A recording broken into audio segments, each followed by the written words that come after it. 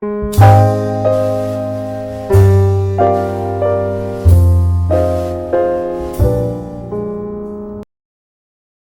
අපි කතා කරන්න යන්නේ සාපේක්ෂතාවාදය සහ බුදුදහම පිළිබඳව. ඔබට මතක ඇති මේ දේශන මාලාවේ බුදුදහම මූලික කරගනිමින් ඊට අදාළව අනුගත වන වෙනත් විෂය ධාරාවන් තමයි අපි දිගින් දිගටම කතා කළේ. ඒ විවිධ මාතෘකා ඔස්සේ විවිධ පුද්ගලයෝට ප්‍රවේශ වීමේදී අපිට ඊ타ත්ම පහසුවක් සැලසෙනවා බුදුදහම පිළිබඳව කතා කිරීමේදී. ගොඩක් ලෞකික ජීවිතයේ ඉන්න පුද්ගලයෝ විවිධ මාතෘකා ඔස්සේ තම ජීවිතය ගොඩනගාගෙන තිබෙන්නේ.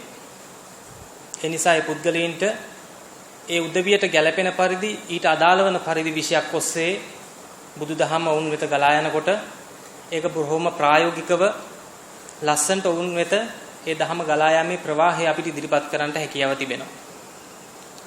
අද කතා කරන සාපේක්ෂතාවාදය භෞතික විද්‍යාව නම් වූ විද්‍යා ශාස්ත්‍රය තුල එක විෂය ඒකකයක්. ඒ විෂය ඒකකය සාමාන්‍යයෙන් භෞතික විද්‍යාව හදාරන උදවිය පවා කතා කරන්නේ ඒක තරමක් සංකීර්ණ ව්‍යාකූල ස්වභාවයක් ගන්න තේරුම් ගැනීමේ අපහසුතාව ඇති කරන විෂය ඒකකයක් විදිහට තමයි සාපේක්ෂතාවාදය සාමාන්‍යයෙන් හැඳින්වෙන්නේ. මේ නිසා මම හිතුවා භෞතික විද්‍යාව තුල පවතින එක් විෂය ඒකකයක් නිසා සාපේක්ෂතාවාදය මෙතන ඉන්න ගොඩක් අයට භෞතික විද්‍යාව පිළිබඳව ලොකු අවබෝධයක් නැතුව ඇති. ඒ නිසා මම හිතුවා පළමුවෙන්ම භෞතික විද්‍යාව කියන්නේ මොකද්ද? ඒකේ මූලික පදනම ඔබට මතක් කරලා ඉන්න අනතුරුව සාපේක්ෂතාවාදයේ තරම් වූ සංකීර්ණ අවස්ථාවකට ගමන් කරන්නට. මෙහිදී භෞතික විද්‍යාවේ මූලිකම අවස්ථාව විදිහට දැන් අපි ගත්තොත් කිස්සු පූර්ව 3 වන සියවසේදී, ඒ කියන්නේ බුදුන් වහන්සේ ඉපදිලා වසර 300කට පමණ පස්සේ ජීවත් වෙලා හිටිය ඇරිස්ටෝටල් කියන පුද්ගලයා බටහිර විද්‍යා දර්ශනයේ ආරම්භකයා විදිහට සැලකෙනවා. බටහිර විද්‍යා දර්ශනය එතකොට තිබුණේ විද්‍යාවක් නෙමෙයි. විද්‍යාව කියන එක අද වෙන විට දියුණු වෙලා ඇවිල්ලා යම් පරිශන කරලා ඒ තුල ලබා ගන්න නිරීක්ෂණ තුල නිගමනයන්ට එළඹිලා තමයි මේ දේ මෙහෙමයි කියන ප්‍රකාශය කරන්නේ. එදා තිබුණේ බටහිර විද්‍යා දර්ශනයක්. ඒක අද තරම්ම විද්‍යාව තරම් දියුණු වෙච්ච එකක් නෙමෙයි, දියුණු වෙමින් පවතින නමුත් ඊ타ත්ම ප්‍රාථමික අවධිය තිබිච්ච දෙයක් තමයි භෞතික විද්‍යා දර්ශනය කියලා තිබුණේ. මේ කාලේ මේ ඇරිස්ටෝටල්ගේ මතය තිබුණේ පෘථිවිය නිශ්චල වස්තුවක් කියලා. එතකොටම තේරෙනවානේ මොනතරම් ප්‍රාථමික අවධියකද මේ විද්‍යා දර්ශනය ඒ වෙනකොට පැවතුනේ කියලා. ඇරිස්ටෝටල්ගෙන් පස්සේ ගොඩාක් කාලයක් ශතවර්ෂ ගණනාවක් විද්‍යාවේ සැලකිය යුතු ප්‍රගතියක් නොතිබුණත් ක්‍රිස්තු වර්ෂ 1564 දී ගැලීලියෝ ගැලීලි තමාගේ වාදය ඉදිරිපත් කරන්න පටන් ගත්තා. එහිදී බාහිර බලයක ආධාරයක් නැතුව වස්තුවක් සරල රේඛාවක ඒකාකාර චලිතයකට වාජනය වෙන්න පුළුවන් කියන යනාදී වශයෙන් වූ විවිධාකාරයේ භෞතික විද්‍යාමය තර්ක මතවාද ඔහු විසින් ඉදිරිපත් කරන්නට යෙදුණා. එතකොට භෞතික විද්‍යාව ආරම්භ කිරීම සඳහා පුරෝගාමී පුද්ගලයා විදිහට මෙහිදී ගැලීලියෝ සලකනවා අපි. ඉන් අනතුරු 1690 දී පමණ අයිසැක් නිව්ටන් කියන පුද්ගලයා විද්‍යාවටත් ඒ වගේම ගණිතයටත් විශාල දායකත්වයක් දක්වමින් තමාගේ විවිධ විද්‍යා සංකල්ප ඉදිරිපත් කරන්න ගත්තා. අද වෙනකොට කවුරුත් දන්න දෙයක් තමයි නිව්ටන්ගේ නියමයන් 3ක් තියෙනවා. විශේෂයෙන්ම විද්‍යාව ඉගෙන ගත්ත අය පමණක් නෙමේ, සාමාන්‍ය මට්ටමේ දැනුමක් තියෙන අය පවා මේ නිව්ටන්ගේ නියමයන් පිළිබඳව කතා කරනවා.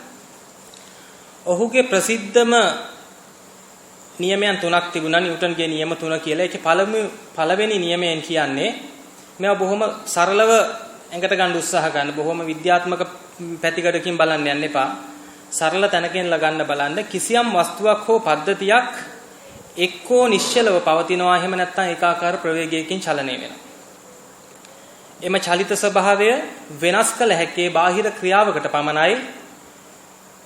එසේ වෙනස් කළ හැකි බාහිර ක්‍රියාවට අපි කියනවා බලය කියලා.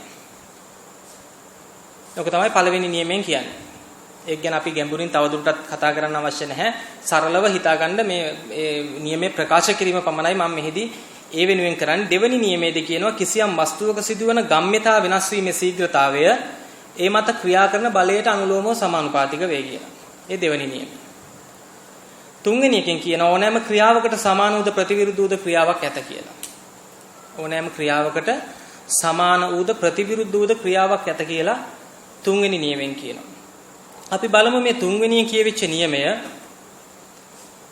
සෑම ක්‍රියාවකටම සමාන වූ ප්‍රතිවිරුද්ධ ක්‍රියාවක් ඇත කියලා කියනකොට මේ වගේ ස්වභාවයක් අපි දකිනවා එදා ක්‍රිස්තු පූර්ව 6 වෙනි සියවසේ මේ ලෝකයට පහළ වුණු සම්මා සම්බුදු රජාණන් වහන්සේ දේශනා කරනවා හේතුඵල ස්වභාවය පටිච්ච සමුප්පන්න ස්වභාවය යමක් හටගන්නේ කෙසේද යම්කිසි ප්‍රතිඵලයක් ඇති වෙන්නේ යම්කිසි හේතුවක් පදනම් කරගෙනය කියලා.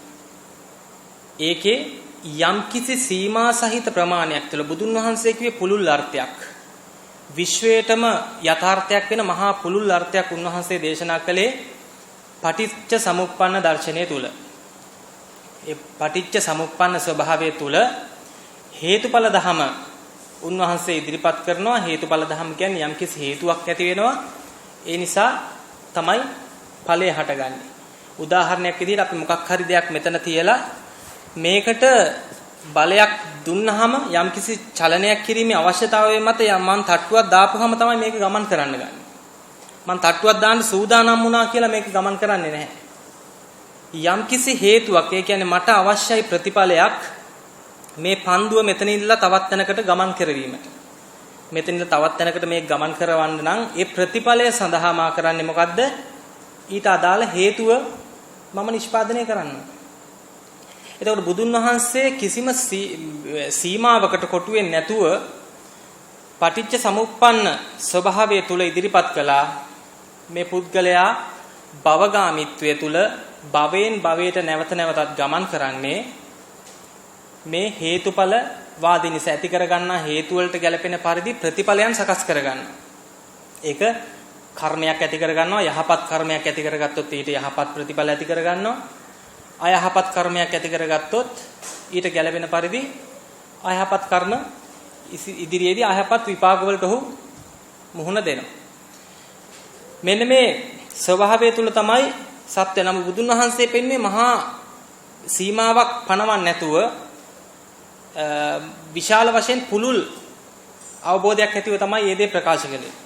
නමුත් ඊට පස්සේ ආපු මේ නිව්ටන්ගේ තුන්වෙනි නියමය තුල කියන්නේ ඊතරම් පුළුල් තැනකට කතා කරන්නේ යම්කිසි සලකන රාමුවක් තුලදී සිදුවන මේ සෑම ක්‍රියාවකට සමාන වූ ප්‍රතිවිරුද්ධ වූ ක්‍රියාවක් ඇත කියලා. මේ වගේ පන්දුවක් පල්ලෙහාට එරියොත් මේක ආපහු උඩ පයින්. යනාදි වශයෙන් ඒ වගේම තමයි අපි වැරදි දෙයක් කළොත් ඒකට අදාළ ප්‍රතික්‍රියාවක් නැතහොත් ඒකට අදාළ විපාකයක් අප කරා ගමන් කරනවා. මනෝ පුබ්බංගමා ධම්මා මනෝසෙට්ටා මනෝමයා මනසාජේ ප්‍රසන්නේන බාස්තිවා කරෝතිවා තතෝනං සුඛ මන්වේති ඡායාව අනපායිනි. හොඳ දෙයක් කළොත් Tamange සෙවණැල්ල වගේ එනවා වගේම නරක දෙයක් කරද්දි මොකක් වගේ දෙන්නේ? කරත්ත පිටිපස්සට කරත්ත රෝදේ එනවා වගේ තමා පිටිපස්සෙම මේ තමාගේ කර්ම ශක්තිය තමා පිටිපස්සෙම නිරන්තරයෙන්ම ගමන් කරනවා. එදා අස්සජී හාමුදුරුවෝ උපතිස්ස කියන පරිබ්‍රාජකයා හම්බෙච්ච වෙලාවේ උපතිස්ස කියන පරිබ්‍රාජකයා ඇහුවේ ඔය තථාගතයන් වහන්සේගේ ධර්මය මොකක්ද කියන එක. එතකොට කෙනෙක් ධර්මය කියන එක මහා පුළුල් දෙයක්. ඒක එක මොහොතකින් ක්ෂණයකින් විස්තර කරන්න අමාරුයි. නමුත් අස්සජි හාමුදුරන්ට එදා සිද්ධ වුණා බොහෝම සංක්ෂිප්තව බුදුන් වහන්සේගේ ධර්මය කුමක්දයි කියලා ප්‍රකාශ කිරීමට එදා අස්සජි හාමුදුරන්ට හැකියාව තිබුණා. උන්වහන්සේ මොකද්ද කිව්වේ? යේ ධම්මා හේතුප්පබවා තේසං හේතු තථාගතෝ ආහ. තේසං චියෝ නිරෝධෝ එවං වාදි මහා සමනෝ. මොකද්ද කියන්නේ? හේතු ප්‍රත්‍යයෙන් හටගන්නා කිසියම් ධර්ම කෙනෙක් වෙද්ද එම ධර්මයන්ගේ ඇතිවීමට හේතුව අපේ තථාගතයන් වහන්සේ දේශනා කරනසේක. මොකක් හරි හේතුවක් මත කිසියම් ධර්මතාවයක් සංසිද්ධියක් හටගන්නවා නම් ඒ හටගන්නේ කුමන හේතුව නිසාද කියන එක බුදුන් වහන්සේ දේශනා කරනවා.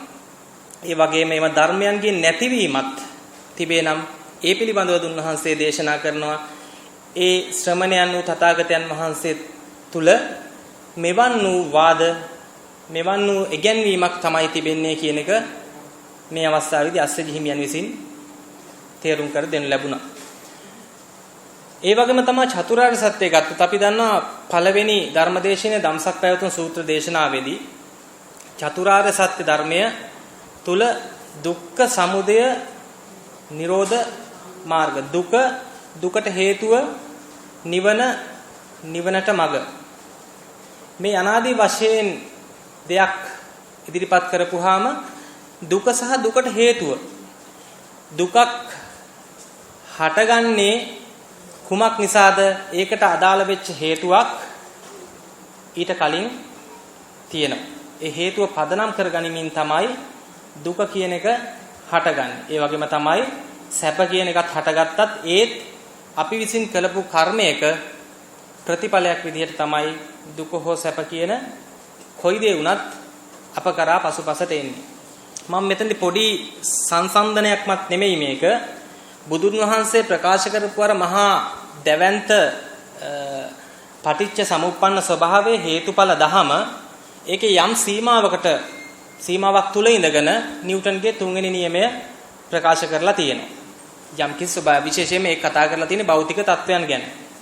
විද්‍යාව තුල කතා කරන්නේ භෞතික තත්වයන් පිළිබඳව. බුදුන් වහන්සේ කතා කරන්නේ ඊට එහා සීමාවක් නැති පුළුල් දෙයක් පිළිබඳව බුදුන් වහන්සේ කතා කරන්නේ මේ ආධ්‍යාත්මය භවගාමීත්වය තුල භවයෙන් භවයට ගමන් කිරීමේදී සිද්ධ වෙන ක්‍රියාවලිය තමයි බුදුන් වහන්සේ මෙතෙන්දී පෙන්වලා දෙන්නේ.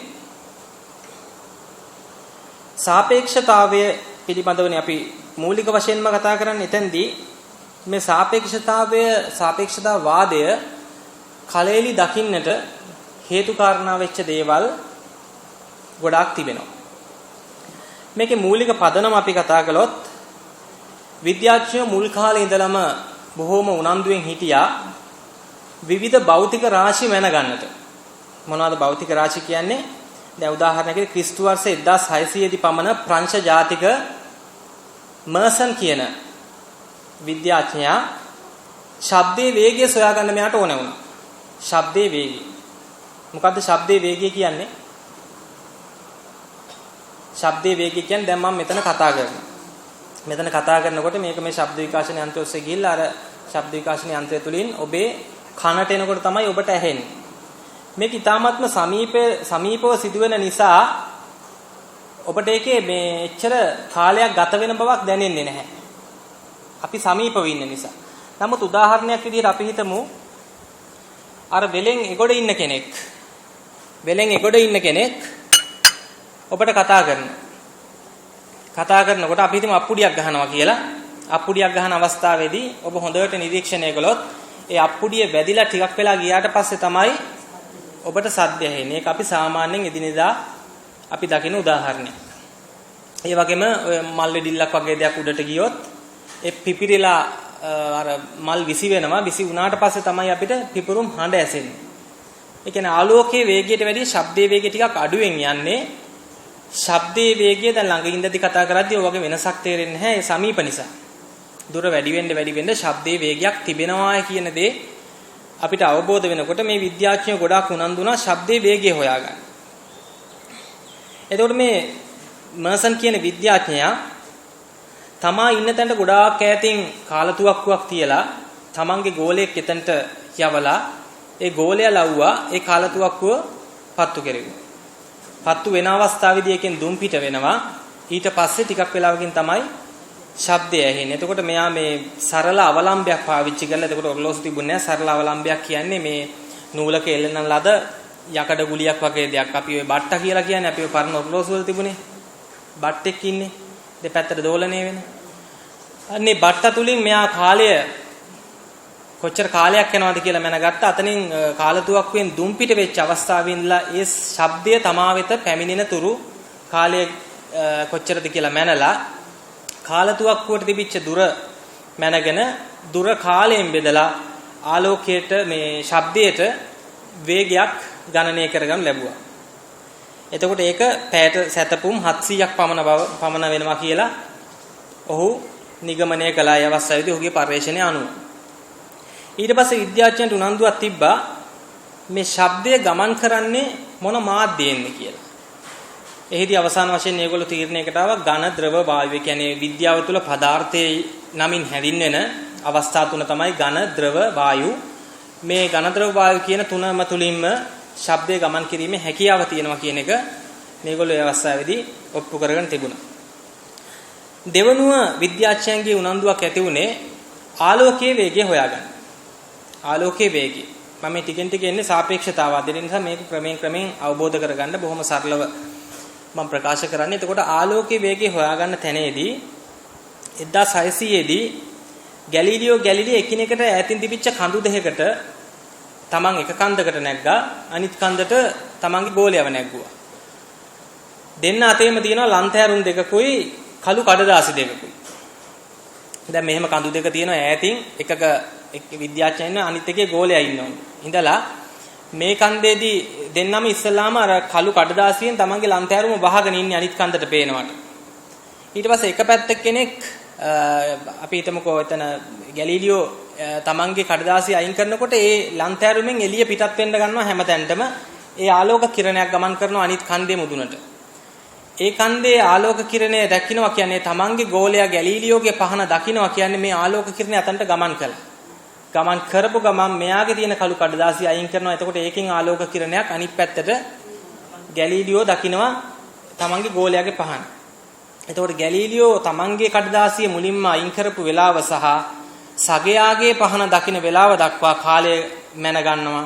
මැනගෙන ඉවරලා මේ කඳු මුදුන් දෙක අතර දුර භාවිතා කරලා ආලෝකයට වේගයක් හොයන්න උත්සාහ කළා. නමුත් අවස්ථා කීපයක්ම කරද්දී මොකක්ද උනේ එකිනෙකට වෙනස් අගයන් ආවේ.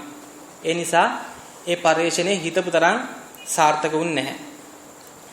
ඉතින් ගොඩාක්ම පර්යේෂණ කරලා 1926 දී මයිකල්සන් කියන විද්‍යාඥයා මේ පැති 6ක් තියෙන සදස්ත්‍රාකාරයක කන්නඩි හයි කරලා මේක වේගයෙන් කැරකෙන්න ඉඩ ඇරලා ඒකට යම්කිසි ආලෝක කිරණයක් එවලා ඒක 70ම ගාණක් ඈතට ගිහිල්ලා පරාවර්තනය වෙලා යන කිරණය ගැනගෙන මේ මෝටරේ කැරකෙන වේගය තුලින් එයා ආලෝකයට යම්කිසි වේගයක් නිර්මාණය කරලා ඒක ප්‍රකාශයටපත් කළා. තප්පරයට 1,86,000ක් තමයි ආලෝකයේ වේගය. ආලෝක කිරණයක් තප්පරයකදී සැතපුම් 1,86,000ක් ගමන් කිරීමේ හැකියාව තියෙනවා. මේක කොච්චර විශාල අගයක්ද කියනවනම් පෘථිවියේ වටා එක් ආලෝක කිරණයක් ගමන් කරලා ආවොත් ඒ සඳහා ගත වෙන්නේ තප්පරයෙන් 7න් 1යි. ඊට අධික වේගයක් පෘථිවිය වටේ ආලෝක කිරණයක් ගිහිල්ලා આવොත් ගත වෙන්නේ තප්පරයෙන් 7න් 1ක වගේ තාමත්ම සුළු කාලයක්. ඒ වගේ තමයි පෘථිවියේ ඉඳලා සැතපුම් මිලියන 93ක් පමණ ඈතින් තියෙන සූර්යයාගෙන් ඉඳලා පෘථිවියට ආලෝක කිරණයක් ආවොත් ඒ සඳහා දල වශයෙන් විනාඩි 8මාරක වගේ කාලයක් ගත වෙනවා. අපිට මේවා ඇත්තටම දැනෙන්නේ නැහැ ප්‍රායෝගික තලය තුළ. මොකද්ද මේකද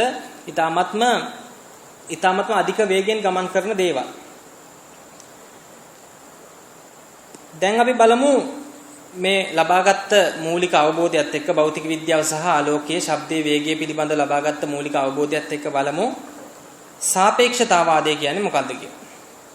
සාපේක්ෂතාවාදයක් කියලා යම්කිසි න්‍යායාත්මක දෙයක් කතා කරන්න ඉස්සෙල්ලා අපි බලමු සාපේක්ෂ ස්වභාවය කියන්නේ. අපි සාපේක්ෂ කියන වචනේ කවුරුත් දන්නවනේ.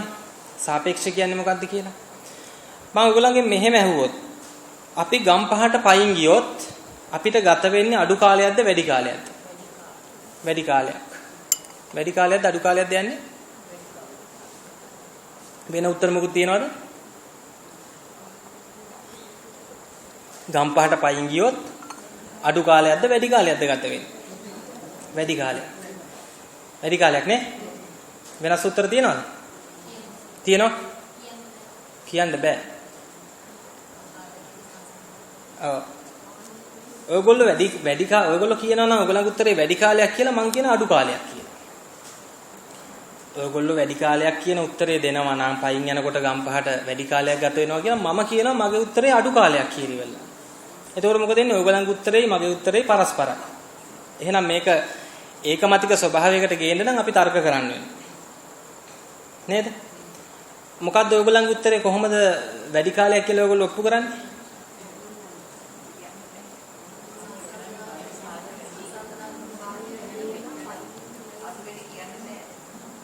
අඩු වැඩි කියන්න බෑ. ඔව්. දැන් පයින් වැඩි කාලයක් කියන්නේ දැන් පයින් යද්දි වැඩි කාලයක් යනවා කියන්නේ එහෙනම් අඩු කාලයක් යන්නේ මොකද්ද කරන්න ඕනේ? ඔව් වාහනයක යන පුද්ගලයෙකුට සාපේක්ෂවයි පයින් යනකොට වැඩි කාලයක් ගත වෙන්නේ. දැන් නමුත් මං ඇහුවේ නෑ මේ මොකේට සාපේක්ෂවද කියලා මං ඇහුවේ නෑ. ඔයගොල්ලෝ සාමාන්‍යයෙන් පුරුදු ත්‍රිවිල් එකේ ගිහලා බස් එකේ ගිහිල්ලානේ ගම්පහට යන්නේ. ඒක ඔළුවේ තියෙන හින්දා ඒක සාපේක්ෂ කරගෙන තමයි ඔබ කියන්නේ වැඩි කාලයක් ගත වෙනවා කියලා. මම මේ කතාවක් කිව්වේ නැහැනේ. බස් වල යන කතාව මොකෝත් කිව්වේ නැහැ. නමුත් ඔයගොල්ලෝ හිතුවේ නැති වුණාට ඔයගොල්ලෝ බස් වල යනවාය කියන පදනම හිතේ තියාගෙන ඒකට සාපේක්ෂවයි මට උත්තරේ දුන්නේ. තේරුණාද? ඔව්. එතකොට මට ඕනනම් කිව්වේ හැකි. ඕකේ අනිත් පැත්ත මං කියනවා පයින් යනකොට අඩු කාලයක් ගත වෙන්නේ කියලා. අපි හිතමුකෝ කිහිලි කරුවෙන් පයින් යනවා මිනිහෙක් කියලා. ඒ මිනිස්සයාට වඩා අඩු කාලයකින් අපිට පයින් ගිය හැකි. බැරිද? කිහිලි කරුවෙන් පයින් යන මිනිස්සෙකුට වැඩිය අඩු කාලයකින් අපිට පයින් ගිය හැකි. එහෙනම් මේ කියන්නේ අපිට ගොඩාක් දේවල් මේ ලෝකේ নিরপেক্ষයි කියලා දැනුණට අපි හැමතිස්සෙම කතා කරන්නේ හැමතිස්සෙම වැඩ කරන්නේ සාපේක්ෂ ස්වභාවයකින්. දැන් මේ උදාහරණය හොඳට තේරුණානේ. ඔයගොල්ලෝ කෙලිම උත්තර දුන්නා වැඩි කාලයක් කියලා. වැඩි හිතුවේ නෑ වැඩි කාලයක් කියලා උත්තරයක් දුන්නා. ඒ දුන්නේ ඔබ පුරුදු වෙච්ච ක්‍රමයක් තියෙනවා. ඔබ පුරුදු වෙච්ච ක්‍රමයක් තියෙනවා. ඒ පුරුදු වෙච්ච ක්‍රමයට සාපේක්ෂවයි ඔබේ උත්තරේ දන්නේම නැතුව එළියට ආවේ. නමුත් පස්සේ තේරුම් කරපුවාම තමයි ඔයගලන්ට වැටහෙන්නේ අරකට සාපේක්ෂව තමයි මේ කියලා තියෙන්නේ කියලා. හරිද? ඔව්. එතකොට අන්න ඒ වගේ දෙයකින් අපිට හොඳට දැනගන්න පුළුවන් මොකද්ද මේ සාපේක්ෂ ස්වභාවය කියන්නේ කියලා. අපි ජීවිතේ ගොඩාක් අත්දකින්නේම හැමතිස්සෙම සාපේක්ෂ ස්වභාවය ගන්න. දැන් මෙතන මල් පොකුරක් තියෙනවා. පේනවද මල් පොකුර? ලස්සනයිද? දැන් උත්තර දෙන්න ඕන ටිකක් දැන් බයයි. දැන් මොකද්ද දන්නේ නැහැනේ මේ අහන්නේ කියලා. ඉස්සලා පට ගාලා වැඩි කාලයක. දැන් කල්පනා කරනවා. ලස්සනයිද මල් පොකුර? මේ පොඩි ප්‍රශ්නයක් අහන්නේ. ලස්සනයි. මේ උපන්දා ඉඳලා මේ දක්වා දැකපු සියලුම මල් වලින් ලස්සන මේක ඔකද? නෑනේ. ඒ කලින් දැකපු මලක් මතක් වුණොත් මේකද ලස්සන ඒකද? කලින් එකක් ලස්සන එකක් දැකලා තියෙනවා. අන්න බලන්න අපි හිතපු නැති වුණාට සාපේක්ෂ ස්වභාවය කියන්නේ ඔන්න ඕක. අපි හැමතිස්සෙම දැන් මේ මල් පොකුර පෙන්ලා කෙනෙක් ගහුවොත් අපෝ මේක මොකද්ද මේ කැතයිනේ කියන්නේ. තව කෙනෙක් කියන්නේ නෑ හරි ලස්සනයි කියලා.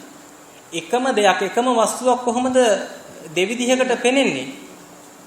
ඒක තමන්ගේ තියෙන තමන් එකතු කරගත් අත්දැකීම් හරි තමන් කලින් දැකලා තිබිච්ච දේවල් හරි මත පාදක වෙමින් සාපේක්ෂ ස්වභාවයක් තමයි අපි කතා කරන්නේ. මේකේ තියෙන යථාර්ථ ස්වභාවයක් නෙමෙයි කතා කරන්නේ, මේක අපි දකින සාපේක්ෂ ස්වභාවය මේ කතා කරන්නේ. එතකොට තව උදාහරණයක් කිව්වොත් අපි මෙතන මම දැන් ටිකක් උස එක්කෙනෙක් මෙතන දෙන්න කියලා ඉවරලා ඔයගොල්ලන් අහනවා මෙයා උසයිද කියලා. උසයිද කියලා අහනවා. උස එක්කෙනෙක් කියලා මම දැන් කිව්වනේ. එතකොට ඔයගොල්ලෝ මොකද්ද කියන්නේ? මෙයා උසයිද කියලා උසයි කියනවා. ඒ උසයි කියන එක තුල තියෙන්නේ මොකද්ද? සාමාන්‍යයෙන් ඔබට වැඩිය උසයි කියන වගේ එක නේද එතන ඔළුවේ වැඩ කරන්නේ. නමුත් මට වැඩිය උසයි කියලා නෙමෙයි නේද ඒ වෙලාවට කියන්නේ. නමුත් ඇතුලේ වැඩ කරන්නේ මට වැඩිය උස එනක මෙයා උසයි කියනවා. එයා උසයි නම් මම මෙතන නැගිටිනවා එයත් එක්ක එකට ඉන්නවා. එතකොට මම උසයි. එතකොට එයා මිටි. පැහැදිලිද සාපේක්ෂ ස්වභාවය? මෙන්න මේක තමයි සාපේක්ෂ ස්වභාවය. මේක තව ඔය ටිකක් දැන් ටික ඉස්සරහට සාපේක්ෂතා වාදය දක්වා යනවා. එතකොට දැන් මෙතෙක්කල් හිතපු ඒවා නිකන් මොනවද වගේ වේගන එනවද දැන්? අනික අමුතු වේගන එනවද මේ මෙච්චර කල් කියපු දේවල් වල ටිකක් අමුතු එකක් ඇතුලේ තිබිලා තියෙනවා කියලා. ඒකයි කියන්නේ අපි අර වතුරක් මේ කැළැතිලා තියෙනකොට පේනවට වැඩිය දෙයක් එතන තියෙනවා. අපි බලන්නේ හැමතිස්සෙම මතු පිට විතරයි. විද්‍යාවේ යම් මට්ටමකට මේවා පෙන්ලා දෙන්න හදන බුදුදහමෙන් හරියට බලනකොට මේකේ පතුල දක්වාම බලාගෙන යථාර්ථය දැක ගැනීමේ හැකියාව තිබෙනවා. දැන් අපි බලමු මේ සාපේක්ෂ නිර්පේක්ෂ ස්වභාවය පිළිබඳ දල අදහසක් ඔයගොල්ලෝ ලබා ගත්තා ප්‍රායෝගික අත්දැකීම් තුලින්. 1905 දී ඇල්බර්ට් අයින්ස්ටයින් විසින් විශේෂ සාපේක්ෂතාවාදයේ මේ ලෝකෙට ඉදිරිපත් කළා. ඒකට ඉංග්‍රීසියෙන් කියනවා the special theory of relativity. 1915 දී ඔහු ඉදිරිපත් කරනවා සාධාරණ සාපේක්ෂතාවාදය. ඒක the general theory of relativity. සාපේක්ෂතාවාද දෙකක් ඔහු ඉදිරිපත් කරනවා 1905 දී සහ 1915 දී. කවුද ඉදිරිපත් කරන්නේ? අයින්ස්ටයින් කියන පුද්ගලයා විසින්. විශේෂ සාපේක්ෂතාවාදයෙන් කියන්නේ එකිනෙකට සාපේක්ෂව නියත වේග වලින් චලනය වන වස්තුන් හෝ පද්ධති පිළිබඳව සාකච්ඡා කරනවා. එකිනෙකට සාපේක්ෂව ඒකාකාර වේගයෙන් යන. වේගවල වෙනස් වෙන්නේ නැහැ. උඩ පහළ යන්නේ නැහැ. එකම වේගයෙන් යනවා. දැන් ඔයගොල්ලෝ එහෙම ඇවිදගෙන යනකොට එකම වේගයෙන් යන්න බැරි වෙනවා. කන්දක් එහෙම එනකොට ටිකක් හිමින් යනවා. ඒ වගේ වෙනකොට මේකේ කතා කරන්නේ විශේෂ සාපේක්ෂතාවාදයෙන් ඒකාකාර ප්‍රවේගයෙන් ගමන් කරන නියත වේගයෙන් ගමන් කරන පද්ධති පිළිබඳව. සාධාරණ සාපේක්ෂතාවාදයෙන් කතා කරනවා එකිනෙකට සාපේක්ෂව වේගය වෙනස් වෙන. ඒ කියන්නේ වේගය අඩු වෙන වැඩි වෙන. මේ සරල වචන වලින් අල්ලගන්න. මේ වේගය අඩු හෝ වැඩි වෙන පද්ධති පිළිබඳව කතා කරනවා සාධාරණ සාපේක්ෂතාවාදය. එතකොට මේ විශේෂ සාපේක්ෂතාවාදය කියලා කලින් ඉදිරිපත් කරපු එක ඇත්තටම තියෙනවා. අර පස්සේ ඉදිරිපත් කරපු එක ඇතුළෙත් මේක තියෙනවා. විශේෂ සාපේක්ෂතාවාදය කියන්නේ සාධාරණ සාපේක්ෂතාවාදය තුල තියෙන එක් අවයවයක් විදිහට අපිට හඳුන්වලා දෙන්න පුළුවන්. විශේෂ සාපේක්ෂතාවාදයේදී ඉදිරිපත් කරනකොට අයින්ස්ටයින් ආලෝකයේ හැසිරීම පිළිබඳ උපග්‍රහණ දෙකක් ඉදිරිපත් කළා. දන්නවද උපග්‍රහණ කියන්නේ මොනවද කියලා? උපග්‍රහණය කියන්නේ කිසිදු ඔප්පු කිරීමකින් තොරව පිළිගන්න දේවල්. ඔප්පු කරන්න අවශ්‍යතාවයක් නැහැ. පිළිගන්නවා. හැබැයි බොරුයි කියන්නත් බෑ. මම උදාහරණයක් කියන්නම්. අපි හිතමු අඩි ගාණක් උඩින් යනවා නේද ගුවන් යාන. ඕකේ යනවා. ඒ කවුරු හරි අනේක් කෙනෙක් දොරක් අරගෙන පයින්නවා එළියට. එයාට මොකද වෙන්නේ? දැන් උත්තර දෙන්න බයයි මේ මොනවද දන්නේ නැහැ අහන්නේ. මේ සරල දේවල් අහන්නේ. වැඩි හිතන්න එපා. මොකද වෙන්නේ? මරණයටපත් වෙනවා බරපතල ලෙස අනතුරකට භාජනය වෙනවා. හැබැයි අපි දන්නවා ඒක. බුද්ධියක් තියෙන කෙනාට තේරෙනවා උඩින් යද්දි කෙනෙක් පැන්නොත් විශාල අනතුරක් වෙනවා අඩි 10 ගාණක් උඩ ඉඳලා. එතකොට මේ ඒ කවුරු හරි පැනලා ඔක මේ අනතුරක් වුණා කියලා ඔප්පු කරලා පෙන්වන්න ඕනද අපිට තේරුම් ගන්න. කවුරුත් උඩින් ගිහිල්ලා පැනලා මේ උඩ ඉඳලා පැන්නොත් මේ වගේ අනතුරක් වෙනවායි කියලා කවුරු හරි ඔප්පු කරලා පෙන්නපු නිසාද අපි ඔක පිළිගන්නේ? නෑ අපේ බුද්ධියට අසු වෙනවා ඒක. එතකොට ඒක කවුරුත් ඔප්පු කරන්න අවශ්‍යතාවයක් නැහැ. අපි දන්නවා එච්චර උඩ ගිහිල්ලා පැන්නොත් අනිවාර්යයෙන්ම අනතුරක් වෙනවා කියලා. ඒ වගේම දැන් අපේ අම්මලා තාත්තලා කවුද කියලා අපි DNA පරීක්ෂණ කරන්න ගියේ නෑනේ. අපි ඒක අවිවාදයෙන් පිළිගත්ත දෙයක්. අන්න ඒ වගේ ඔප්පු කරන්න අවශ්‍ය නැහැ. නමුත් අපි පිළිගත්ත දේවල් බොරු කියලා පෙන්වන්න බැරි දේවල් ප්‍රායෝගිකව යම් ගැටලු තියෙනවා බොරු කියලා පෙන්වන්න අසීරුතා. ඒ වගේ දේවල් වලදී ඒ වගේ දෙයකට තමයි උපග්‍රහණයක් කියලා කියන්නේ. පැහැදිලිද? මේ වගේ උපග්‍රහණ දෙකක් අයින්ස්ටයින් කියන විද්‍යාඥයා විසින් ඉදිරිපත් කළා. ඒ දෙක මොනවද කියලා අපි බලමු. පළවෙනි එක තමයි එකකට සාපේක්ෂව ඒකාකාර වේගයෙන් චලනය වෙනත් ඕනෑම වස්තුවක් යම්කිසි සලකන පද්ධතියකේ භෞතික විද්‍යා නියමයන් එකම වෙන්න ඕන කියලා. මේවා බරට හිතන්න යන්න එපා. උදාහරණයක් විදිහට ගත්තොත් අපි පාරේ යන බස් එකක වේගයම අයින්ද විදිහක් තියෙනවනේ අපිට.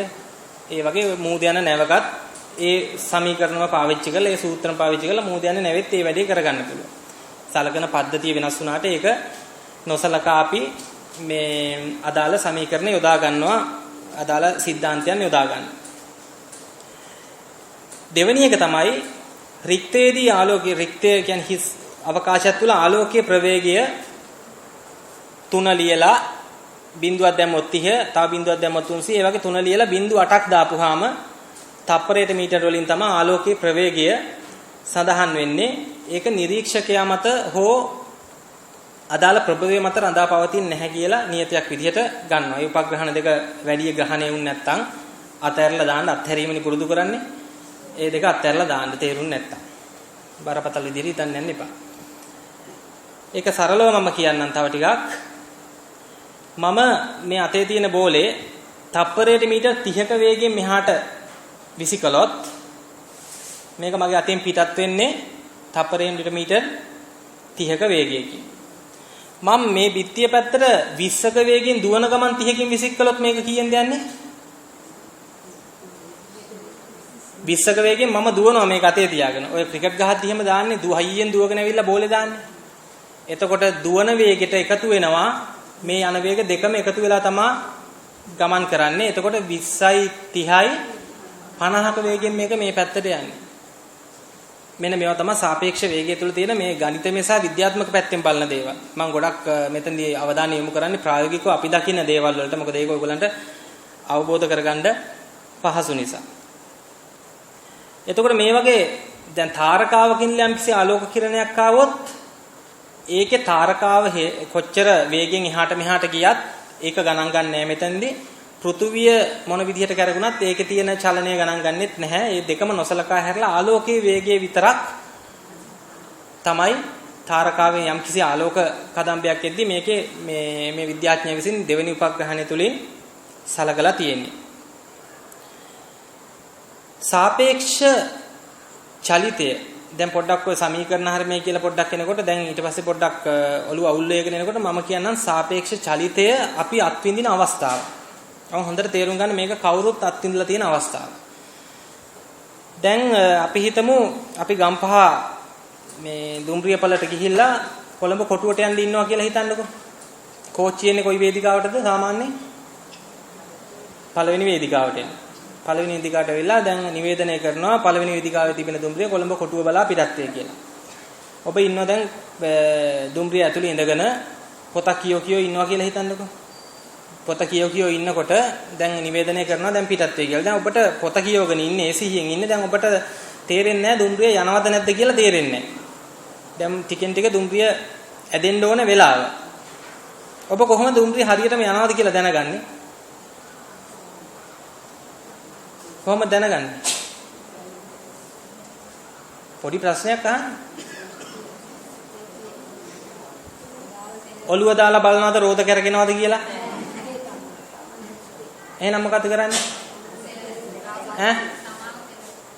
තමාව සෙලවෙනවා. ඒක කියන්නේ අපි හිතමුකෝ ලංකාවේ කෝච්චියක් නෙමෙයි මේක කියලා.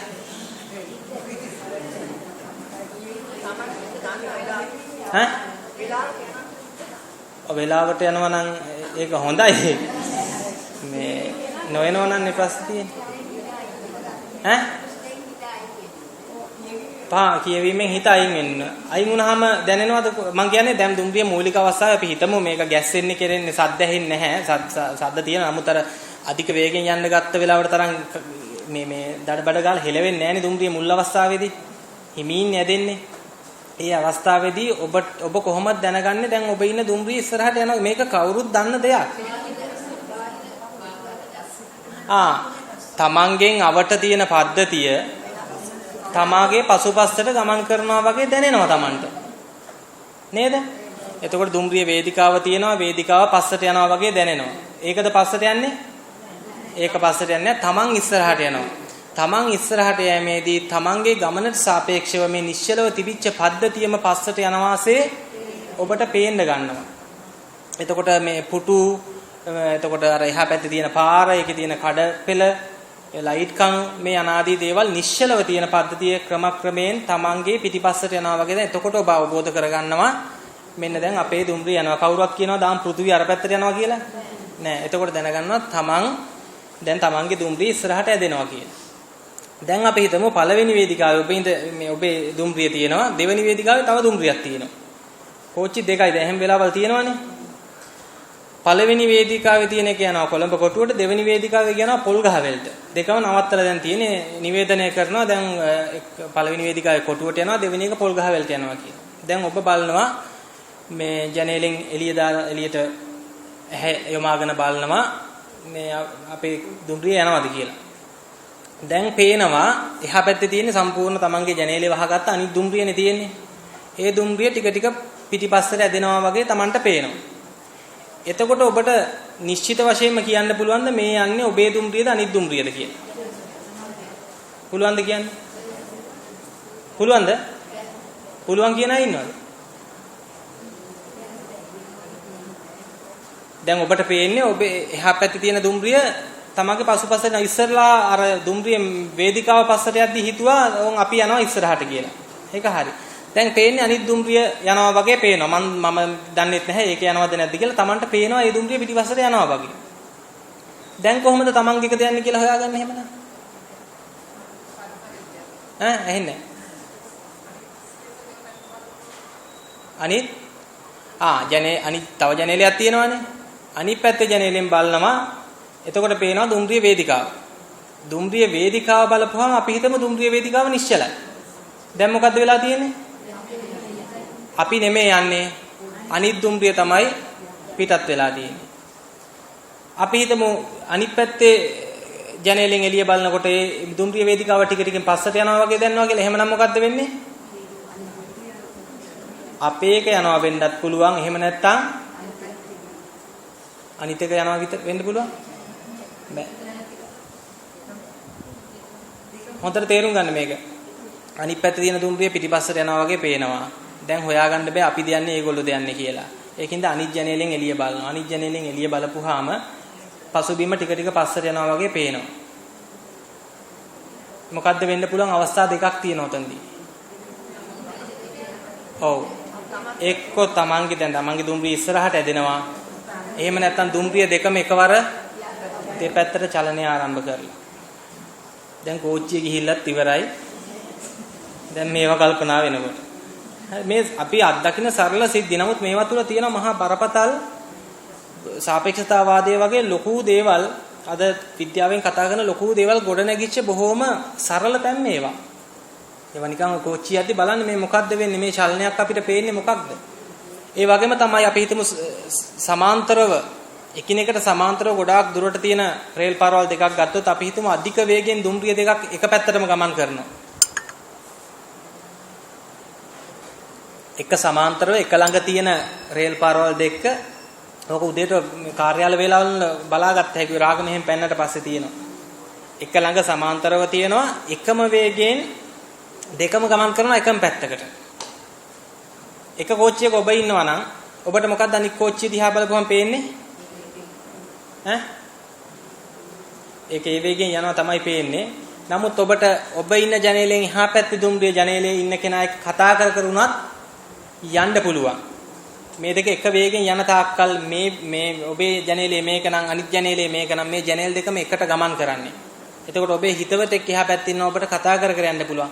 පොළොවට සාපේක්ෂව කියන්නේ පොළොව නිශ්චලයි සැලකුව කල පොළොවට සාපේක්ෂව මේ දුම්රිය දෙකම අධික වේගයෙන් ඉදිරියට ගමන් කරනවා. නමුත් එක දුම්රියකට සාපේක්ෂව අනිත් දුම්රිය වේගයක් නැහැ. එක දුම්රියකට සාපේක්ෂව අනිත් දුම්රිය වේගයක් නැහැ. ඒ නිසා දෙකම එකට ගමන් කරනවා. බැරි වෙලා හරි එකක වේගය වැඩි කරපුව ගමන් අර මේ ජනේලේ පහු කරගෙන අනිත් ජනේලේ තියෙන දුම්රිය ඉස්සරහට යනවා. ඊට පස්සේ ඕන් සමු ගැනීම සිද්ධ වෙනවා ඊට. හරිද? මෙන්න මේ වගේ අපි දැන් සාමාන්‍යම දුම්රිය අරන් කතා කරලා අපි කවුරුත් අත්දකින්න හින්දා මේවා ආලෝකයේ වේගයට කිට්ටු වෙනකොට සිදුවෙන යම් විපර්යාසයන් තමයි මේ සාපේක්ෂතාවාදය තුලින් හෙළිදරව් කරලා තියෙන්නේ. දැන් පොඩ්ඩක් අර කියපු දේවල් දැන් නිරවුලුනානේ ටික දුම්රිය ගැන කිව්වට පස්සේ. හොඳයි. දැන් අපි බලමු විවිධ රාශි අපි මයින්නවා ජීවිතේ. විවිධ රාශීන් මයින්නවා. කවුරුත් මේ ටික බරපතල යම් කරුණු තැන් වලින් නොතේරෙන තැන් ඒව අයින් කරලා දාන්න ඊළඟ එක අල්ලගන්න. එකක් ගැනම හිත හිතා ඉන්න එපා. එහෙම හිතුවොත් ඉවර වෙනකම්ම පටන් ගත්ත වෙලේ එකක් ගැන හිත හිතා හිටිය හැකියි. ඒක අතහැරලා ඊළඟ එකට එන්න. අපි දැන් දිගම ඉන්නේ මොනවෙන්ද? දිගක්ම ඉන්න ඕනේ වුණා.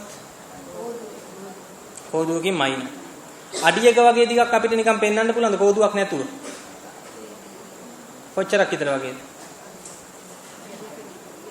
ඔව්. මේ වගේ ප්‍රමාණයක්. අඩියක් කියන්නේ සාමාන්‍ය මේ වගේ ප්‍රමාණයක් නේ. අපිට අඩි රූලක් නැති වුණත් දල වශයෙන් අපි ඕන තැනක අපි කියනවා අඩියක් විතර මෙච්චරයි කියලා. පෙන්වන්න පුළුවන්ද මට අඩියක් ඒ වගේ පෙන්වන්න පුළුවන් නේද? මට පැයක් පෙන්වන්න ඒ වගේ. පැයක්. අපි මේ දිනදා පාවිච්චි කරන රාශිනේ මේවා. ඔහෙ පෙන්වන්න නැතුව. ඒ කියන්නේ කාලේ මනින තැනක් පැයක් කියලා කොහොමද පැයක් මයින්නේ? ඔර්ලෝසුවේ මනින්නේ පැයක් මට පෙන්වන්න බැයිද පැයක්? කලින් දැනගෙන හිටියද පැයක් වගේ කාලයක් පෙන්වන්න බෑ කියලා? කලින් දැනගෙන හිටියද ඇත්තටම?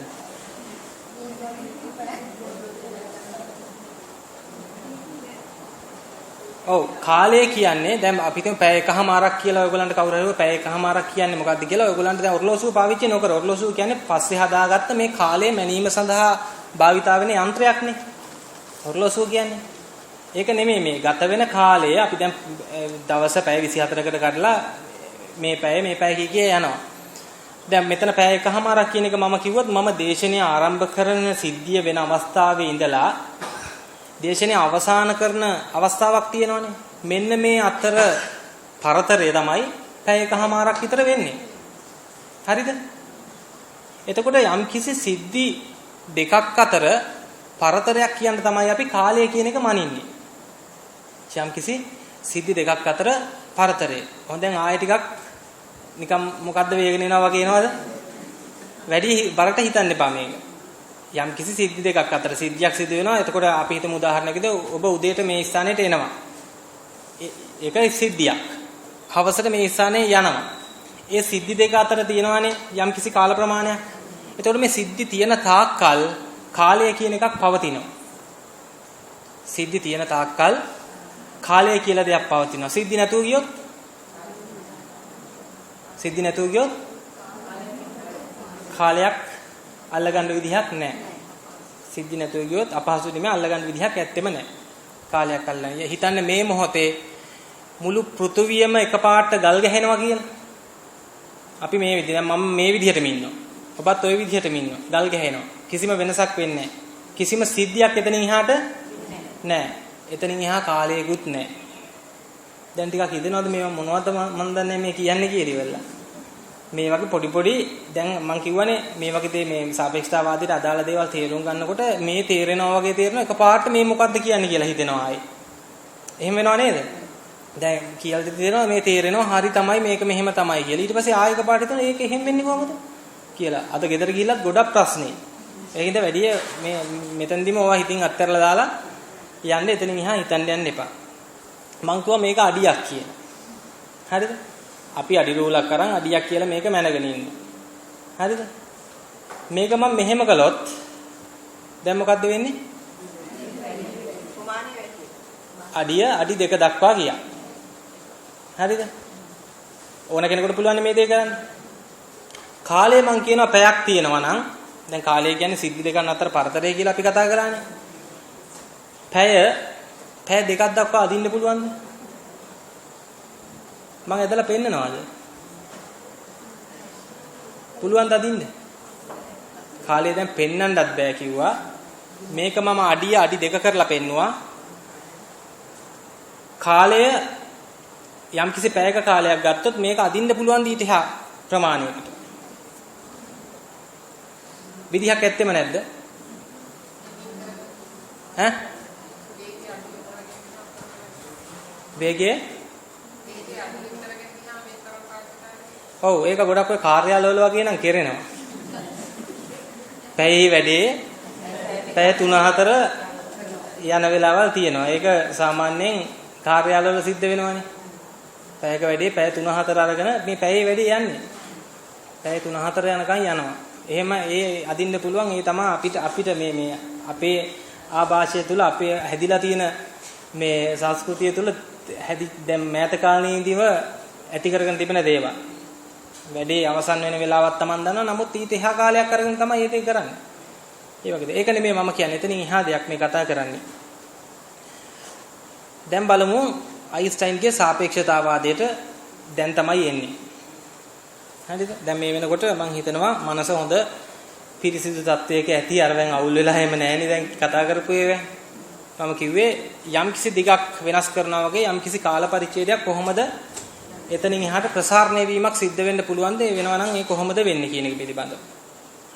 දැන් මම මෙහෙම උදාහරණයක් කියනවා. අපි හිතන්නේ මේ ඉන්නේ දුම්රිය මැදිරියක් ඇතුලේ. කෝච්චි පෙට්ටියක දැන් අපි සියලුම දෙනා මේ ගමනක් අධික වේගයෙන් අපි හිතමු පැයට කිලෝමීටර් 100 කට වේගයෙන් අපි මේ ගමන් කරමින් ඉන්නේ කියලා හිතන්නේ. දැන් අපි මේ පැත්තට අධික වේගෙන් දැන් යනවා කට්ටියම. හරිද? එතකොට අපිට අර වෙල්යාය එහෙම කොහොමද පේන්නේ? වෙල්යාය අර පැත්තට යනවා වගේ පේන්නේ නේ. අපි දැන් කට්ටිය මේ පැත්තට ඇදලා.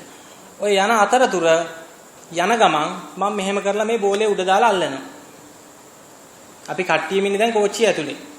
හොඳට තේරුම් ගන්න මේ කියන දේ. මේ වැදගත්ම තැන මේ කියන්නේ. හොඳට මේ අවධානයට ගන්න.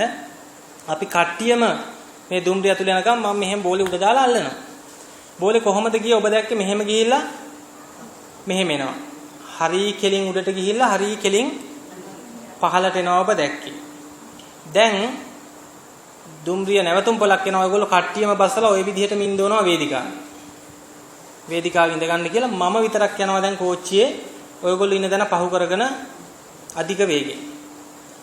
යනකොට කෝච්චිය යන ගමන් මම මෙහෙම දැන් උඩ දාලා ඔයගොල්ලෝ ඉස්සෙල්ලා දැක්කේ මේක මෙහෙම ගිහිල්ලා මෙහෙම එනවානේ. කෝච්චිය ඇතුලින් දැද්දි. දැන් ඉන්නේ එළියේ. දැන් මමයි කෝච්චිය ඇතුලේ වේගෙන් යන්නේ. දැන් මම මෙහෙම උඩ දාලා ගන්නකොට මම දකිනවා මේක කෙලින්ම උඩට ගිහිල්ලා ආපහු එනවා මම දකිනවා. ඔබට කොහොමද පේන්නේ? හිතන්න දැන් මම කෝච්චිය මේ පැත්තට යන්නේ මම මෙහෙට යනවා. ඔයගොල්ලෝ එළියේ ඉඳන් බලන් ඉන්නවා මම අධික වේගෙන් මෙහෙම යනවා. මම මෙහෙම බෝලේ උඩ දාලා අල්ලනවා. මේ බෝලේ ගමන් කරපු විදිය ඔබට පේන්නේ කොහොමද? මේ විදිහටමද? කොහොමද එන පේන්නේ? කොයි පැත්තටද?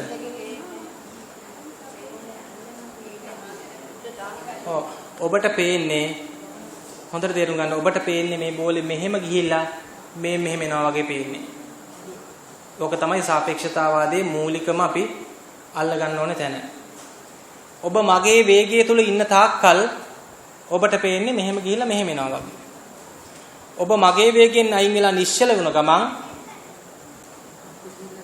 මම මේ කරන වැඩේ ඔයගලන්ට පේන්නේ මෙන්න මෙහෙම ඉස්සරහට ගිහිල්ලා ඇයි කෝච්චි ඉස්සරහට යනවා. යන නිසා මේ උඩට යන ක්‍රමක්‍රමයෙන් මෙහෙම ගිහිල්ලා මෙන්න මෙහෙම පාත් වෙනවා වගේ තමයි පොළොවේ ඉන්න කෙනාට පේන්නේ. පිළිගන්න පුළුවන් දෙයක? දැන් තේරෙනවද ඒක? පැහැදිලිනේ? දැන් බිමේ ඉඳලා හිටපු කෙනා බැලුවොත් එන්නේ මේ යන විදිහට ගියොත් ඉස්සරහ එක්කෙනාගේ සීට් එක උට්ට වැටෙයි වගේ බෝලේ. ඒ කියන්නේ ඉස්සරහට යනවා. නමුත් එහෙම දෙයක් නෙමෙයි මේ වෙන්නේ. කෝච්චිය ඇතුළේ ඉඳද්දි අපිට පේන්නේ අපි උඩ දැම්මොත් අපි අතටම වැටෙනවා. ඇයි කෝච්චිය පැයට හැතැම්ම 100ක වේගෙන් යනවා නම් මමත් මගේ ශරීරයත් ඒ වේගෙන් ඉස්සරහට යනවා. මේ බෝලයත් ඒ වේගෙන්ම ඉස්සරහට යනවා. ඒ නිසා ඒක කොහෙවත් යන්නේ නැහැ. උඩ ගිය එක හැමම ආපහු මගේ අතටම වැටෙනවා. නමුත් බිම ඉන්න කෙනා බලපුවාම පේන්නේ මේක මෙහෙම ගිහිල්ලා යනවා වගේ නෙමේ. මෙහෙම ඇදේට ගිහිල්ලා ආයි ඇදේට පල්ලෙහාට යනවා වගේ තමයි පේන්නේ. පැහැදිලිද? එතකොට මේ සිද්ධියම මම කියන්නම් ටිකක් ආලෝකය සම්බන්ධ කරලා සාපේක්ෂතාවාදයේදී පාවිච්චි කරන ආලෝකය ගත්තොත් මොනවා හරි ආලෝක කිරණයක් යවන්න පුළුවන් උපකරණයක් මම අරගෙන මම දුම්රිය යන ගමන් මෙහෙම කරලා උඩට ආලෝක කිරණයක් යවනවා. යවල ඒක කන්නඩියක වැදිලා ආපහු එනවා. අර බෝලේ කතාවමයි. එතන එහාට යන්න දෙපන් මේ වේගය වැඩි කිරීම සඳහා මම මේ කතා කරන්නේ. ඊට පස්සේ මේ ආලෝක කිරණයක් යවනවා. ලේසර් කිරණ තියෙන රතු පාට ඒවා හැම අල්ලන්නේ එක එක අය විවිධ කිරණ. අන්න ඒ වගේ පොඩි ටෝච් එකකින් ආලෝක කිරණයක් යවනවා උඩට ගිහිල්ලා ආපහු එනවා. එළියේ ඉන්න අය කොහොමද දකින්නේ මේක? මෙහෙම ඇදයට ගිහිල්ලා මේ පැත්තට පාත් වෙනවා වගේ තමයි පේන්නේ.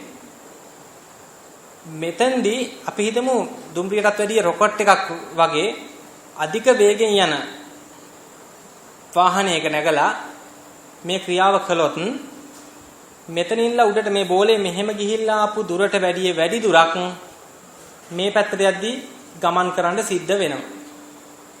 දුර වැඩිනේ පේනවනේ. ඇතුළේ ඉන්න කෙනාට පේන්නේ මෙහෙම ගිහිල්ලා මෙහෙම එනවා වගේ. ඒක අපි හිතමුකෝ මීටරයක් ගිහින් මීටරයක් එනවා කියලා මීටර 2යිනේ. එළියේ ඉන්න කෙනාට පේන්නේ මෙහෙම ගිහිල්ලා මෙහෙම එනවා. එතකොට ඒ දුර මීටර 2කට වැඩි. තේරුණාද? මෙහෙම තියෙන දුරට වැඩිය මෙහෙම ගියාම එන දුර වැඩි. එතකොට මීටරයි මීටර 2යි ඇතුළේ ඉන්න කෙනාට පේන්නේ එළියේ ඉන්න කෙනාට පේනවා මේ බෝලේ මීටර 2කට වැඩිය දුරක් ගියා කියලා. මෙන්න මෙතනදි තමයි සාපේක්ෂතාවාදයේ වැදගත්ම තැන ගොඩ නැගෙන්නේ. ඔන්නේ දුර පදනම් කරගෙන මෙහිදී කියනවා බාහිර රාමුවේ සිටින නිරීක්ෂකයාට කාලය දික් වෙලා තියෙනවා වගේ පේනවා. ඒ කියන්නේ ඇතුලේ ඉන්න කෙනාගේ මේක ඉක්මනට දකිනවා, පිටේ ඉන්න කෙනාට පේන්නේ වැඩි දුරක් නිසා වැඩි කාලයක් ගත වෙනවා ඒකට. වැඩි කාලයක් විදිහට පේනවා. මේ එකම සිද්ධියට දුම්රිය ඇතුලේ ජෙට් යානය කියලා ගමුකෝ අධික වේගෙන් ගමන් කරන ජෙට් යානය ඇතුලින්ලා මනින කාලය සහ එළියේ කෙනෙක් මනින කාලය දෙවිධයකට තමයි සටහන් වෙන්නේ. මේක තමයි සාපේක්ෂතාවයේ මූලිකම පදනම විදිහට ඒ කියන්නේ චලනය වන යම්කිසි රාමුවක එම රාමුවේ සිදුවන ක්‍රියාවලිය සඳහා කාලය මැන්නොත් එම කාලය පොළවේ ඉඳලා ඒ සිද්ධිය ගන්නේ කරපු කාලයට වැඩිය අඩු වගයක් ගන්න. පොළවේ ඉඳලා බලනකොට ඒකට වැඩි කාලයක් ගත වෙනවා. අර අධික වේගෙන් යන කෙනාට ගත වෙන කාලය අඩුයි. හරිද? දැන් ටිකක් හිතෙනව නේද? මේක තේරුණාට මේක එහෙම වෙන්න පුළුවන්ද? එහෙම හිතෙනව නේද? ඒක හිතෙන්න ඕනේ හරිනේ. හිතෙන්න ඕනේ ඒක වෙන්නේ කොහොමද? යාට එක කාලයක් මෙහාට එක කාලයක් වෙන්නේ කොහොමද? අපි බලමු තව පොඩ්ඩක් ඉස්සරහට ගිහිල්ලා කොහොමද මේක තව දුරටත් සිද්ධ වෙන්නේ කියලා.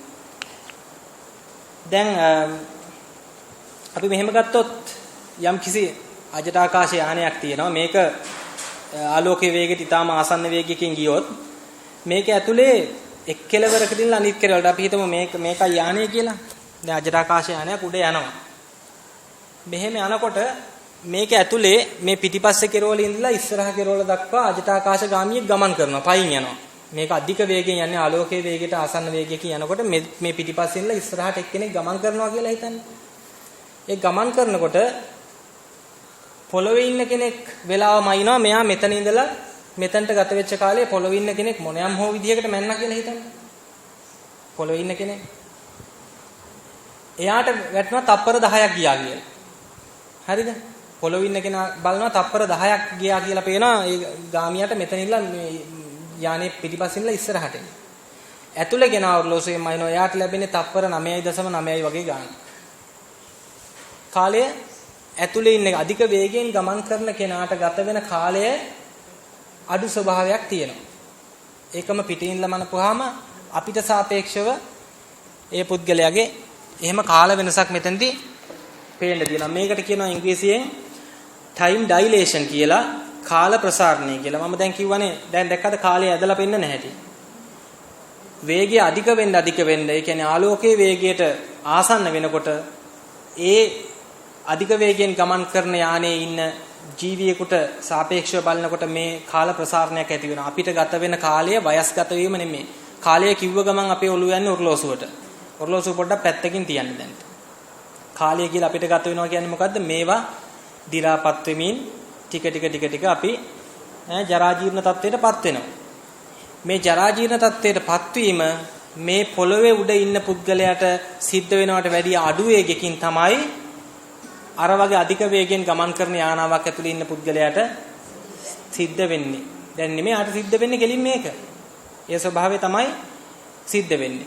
මේ தത്വෙම දුර පිළිබඳවත් බලපානවා කියලා විද්‍යාඥයෝ හොයාගත්ත ඔය කාල වෙනසක් ඇති වෙනවා වගේම දුරෙහිත් වෙනසක්. ඇතුලේ ඉන්න කෙනා ඒ යන ගමනේදීම ඉන්න දුර ප්‍රමාණය නෙමෙයි පිටේ ඉන්න කෙනෙක් මැන්නාම ඇතිවන දුර ප්‍රමාණය කියලා මේදී සඳහන් කරලා තියෙනවා. දැන් මේ මම දන්නවා මේ කියපු කතාවල ගොඩක් දේවල් ඔයගලන්ට යම් නොගැලපෙන තැන් පැටලිලි සහගතෙන් ඇති වෙනවා. ඒක ස්වභාවය. ඒකේ කිසිම ගැටලුවක් නැහැ. Tamange අඩුවක්ම නෙමෙයි ඒක. මේක පාට මේක දේශනයක් අහලා මේක ඒ තරම් දුරටම ග්‍රහණය කරගන්න පහසු වෙන්නේ නැහැ. නමුත් මම සාරාංශ වශයෙන් කියන්න මම මෙතෙක් ප්‍රකාශ කරපු දේ ආලෝකයේ වේගයට කිට්ටු වෙන වේගයකින් අධික වේගයකින් යම්කිසි යානයක ගමන් කරන කෙනෙක්ගේ කාලය ගත වීම අඩුයි අපිට සාපේක්ෂව. පැහැදිලිනේ? ඕක කියන්නේ තමයි මම මෙච්චර දේවල් පැහැදිලි කළේ. අපේම කෙනෙක් ඒ වගේ යානයක දාලා ගියොත් එයාට ගත වෙන කාලය අඩුයි. අපේ වයසට යන ප්‍රමාණයට වැඩිය අඩුවෙන් තමයි එයා වයසට යන්නේ අධික වේගයෙන් ගමන් කරන නිසා. එතකොට මේ විද්‍යාඥයා තවත් සමීකරණයක් ඉදිරිපත් කළා E = mc වර්ග කියලා. ඒ කියන්නේ යම්කිසි ස්කන්ධයක් යම්කිසි වස්තුවක් සතු ශක්ති ප්‍රමාණය. සාමාන්‍ය මොකක් හරි ගත්තොත් මේව එකක් ගත්තොත් මේක සතු ශක්තිය මොකක්ද අපි හිතන්නේ? දැන් මම මෙතනින්ලා මේක අතෑරියොත් මේක පල්ලෙහාට වැටෙනවා. මේකට යම්කිසි ශක්තියක් තියෙනවා. මේකට විභව ශක්තියක් තියෙනවා. මේක විසික් කරනකොට මේකට චාලක ශක්තියක් ඇවිල්ලා මේක ගමන් කරනවා. ශක්තියක් නැත්තම් මොකුත් කරන්න බැහැනේ. එතකොට විභව ශක්තිය හෝ චාලක ශක්තිය ඇර තවත් ඊ타ත්ම අධික ශක්තියක් මේක ඕනෑම ස්කන්ධයක් තුල ගැබ් වෙලා තියෙනවා කියලා මේ විද්‍යාඥයා විසින් ප්‍රකාශ කරන්න යෙදුනා. ඒකට කියනවා ස්කන්ධ ශක්ති තුල්‍යතාවය. එහෙම නැත්නම් අයින්ස්ටයින් සමීකරණය කියලා. මේ විශාල ශක්ති ප්‍රමාණය අපිට මුලින්ම ප්‍රයෝජනයට ගන්න බැරි වුණත් ඕනෑම වස්තුවක තියෙන දෙයක් මේ කතා කරන්නේ. ගන්න බැරි වුණත් මේ වස්තුව කඩා බින්ද දාලා බන්ධනත් එක්ක කඩා බින්ද දාන්න නම් ඒ ශක්තිය අවශ්‍ය වෙනවා කියලා මේ විද්‍යාඥයා සඳහන් කරලා තියෙන උදාහරණයක් විදිහට ඔබේ බර කිලෝග්‍රෑම් 50 නම් මේ 50ක බර මිනිසා තුල මේ කියනා වූ ශක්තිය තියෙනවා 45 ලියලා ඒකට බිංදු 17ක් දැම්මොත් ජූල් කියන එකකින් අපි ශක්තියමයිනේ ජූල් වලින් 45 ලියලා බිංදු 17ක් අගට දාන්නේ. ඒ තරම් විශාල ශක්තියක් මේ කිලෝ 50ක් බර මිනිසා තුල මේ කිලෝ 50 ස්කන්ධය සහිත මිනිසෙක් තුල තියෙනවා කියන එක මෙහිදී පෙන්ලා තියෙනවා. එතකොට එක පැත්තකින් අපිට පේනවා ඔය දැන් අපි කතා කරන ශක්ති දේවල් මේ විද්‍යාවෙන් එතනින් සමගාමී කරන අධික ශක්තියක් මේ සියලු දේවල් සතුව තියෙනවා කියලා. එතකොට අනිත් පැත්තෙන් මේවර මෙච්චර මේ කියලා හැම පැත්තෙම සාධක වශයෙන් ඔප්පු කරගන්න බැරි වෙච්ච යම් ප්‍රායෝගික අපහසුතාවක් තිබුණත් නමුත් ආධ්‍යාත්මික වශයෙන් බලනකොට මේ කියනා වූ ශක්ති දේවල් අපිට දහම තුලින් දැක ගැනීමේ හැකියාව තිබෙනවා.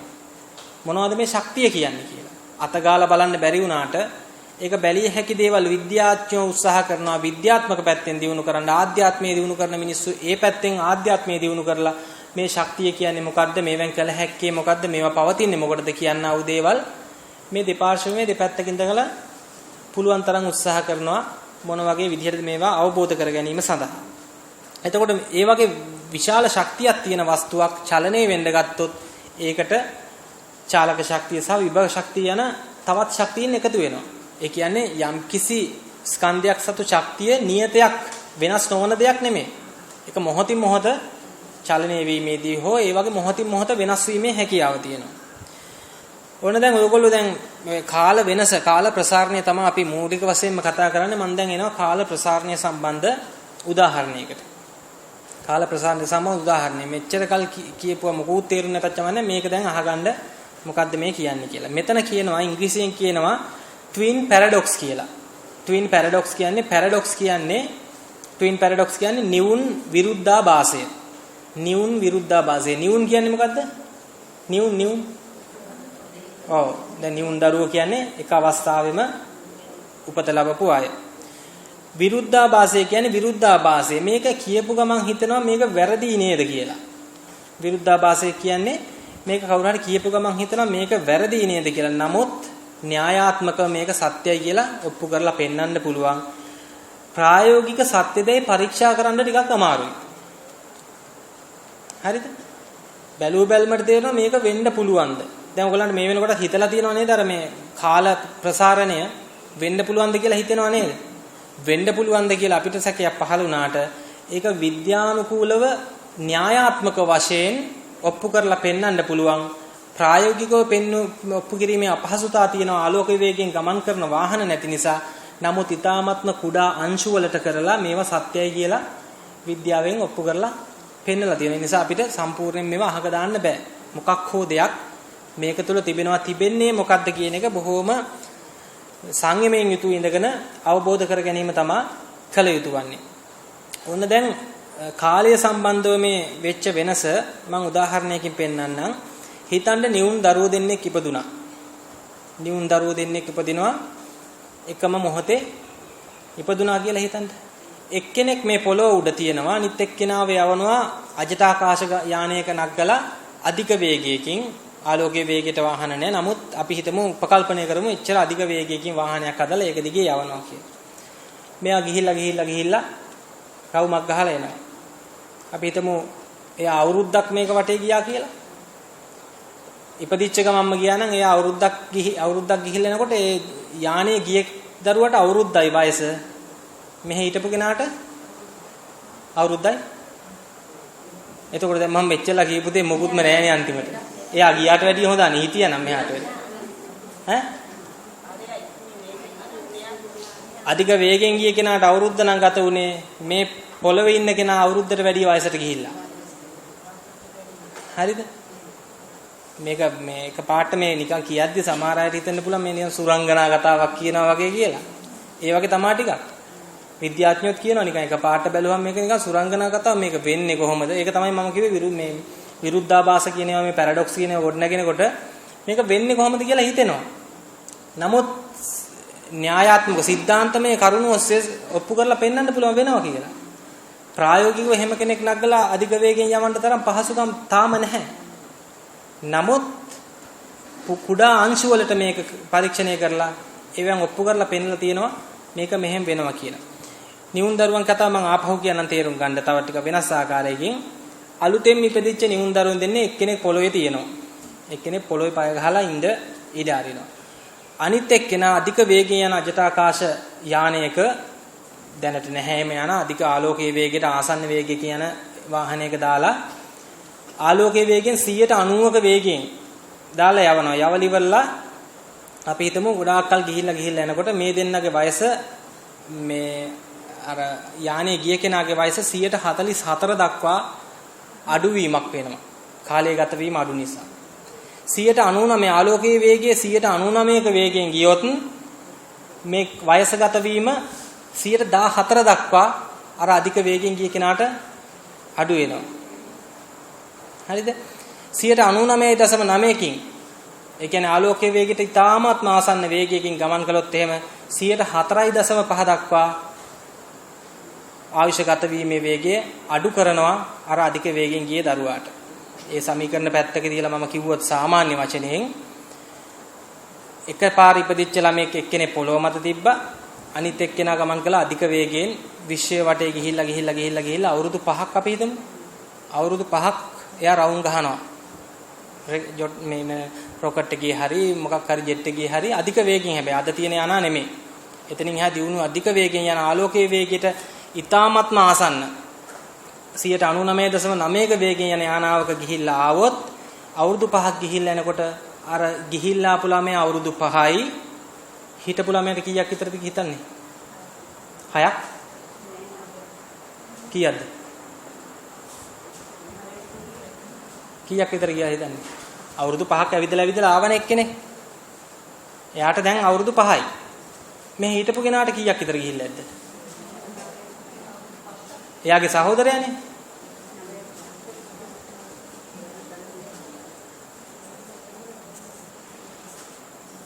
එයාට අවුරුදු 5යි. එයාගේ සහෝදරයාට අවුරුදු 110යි.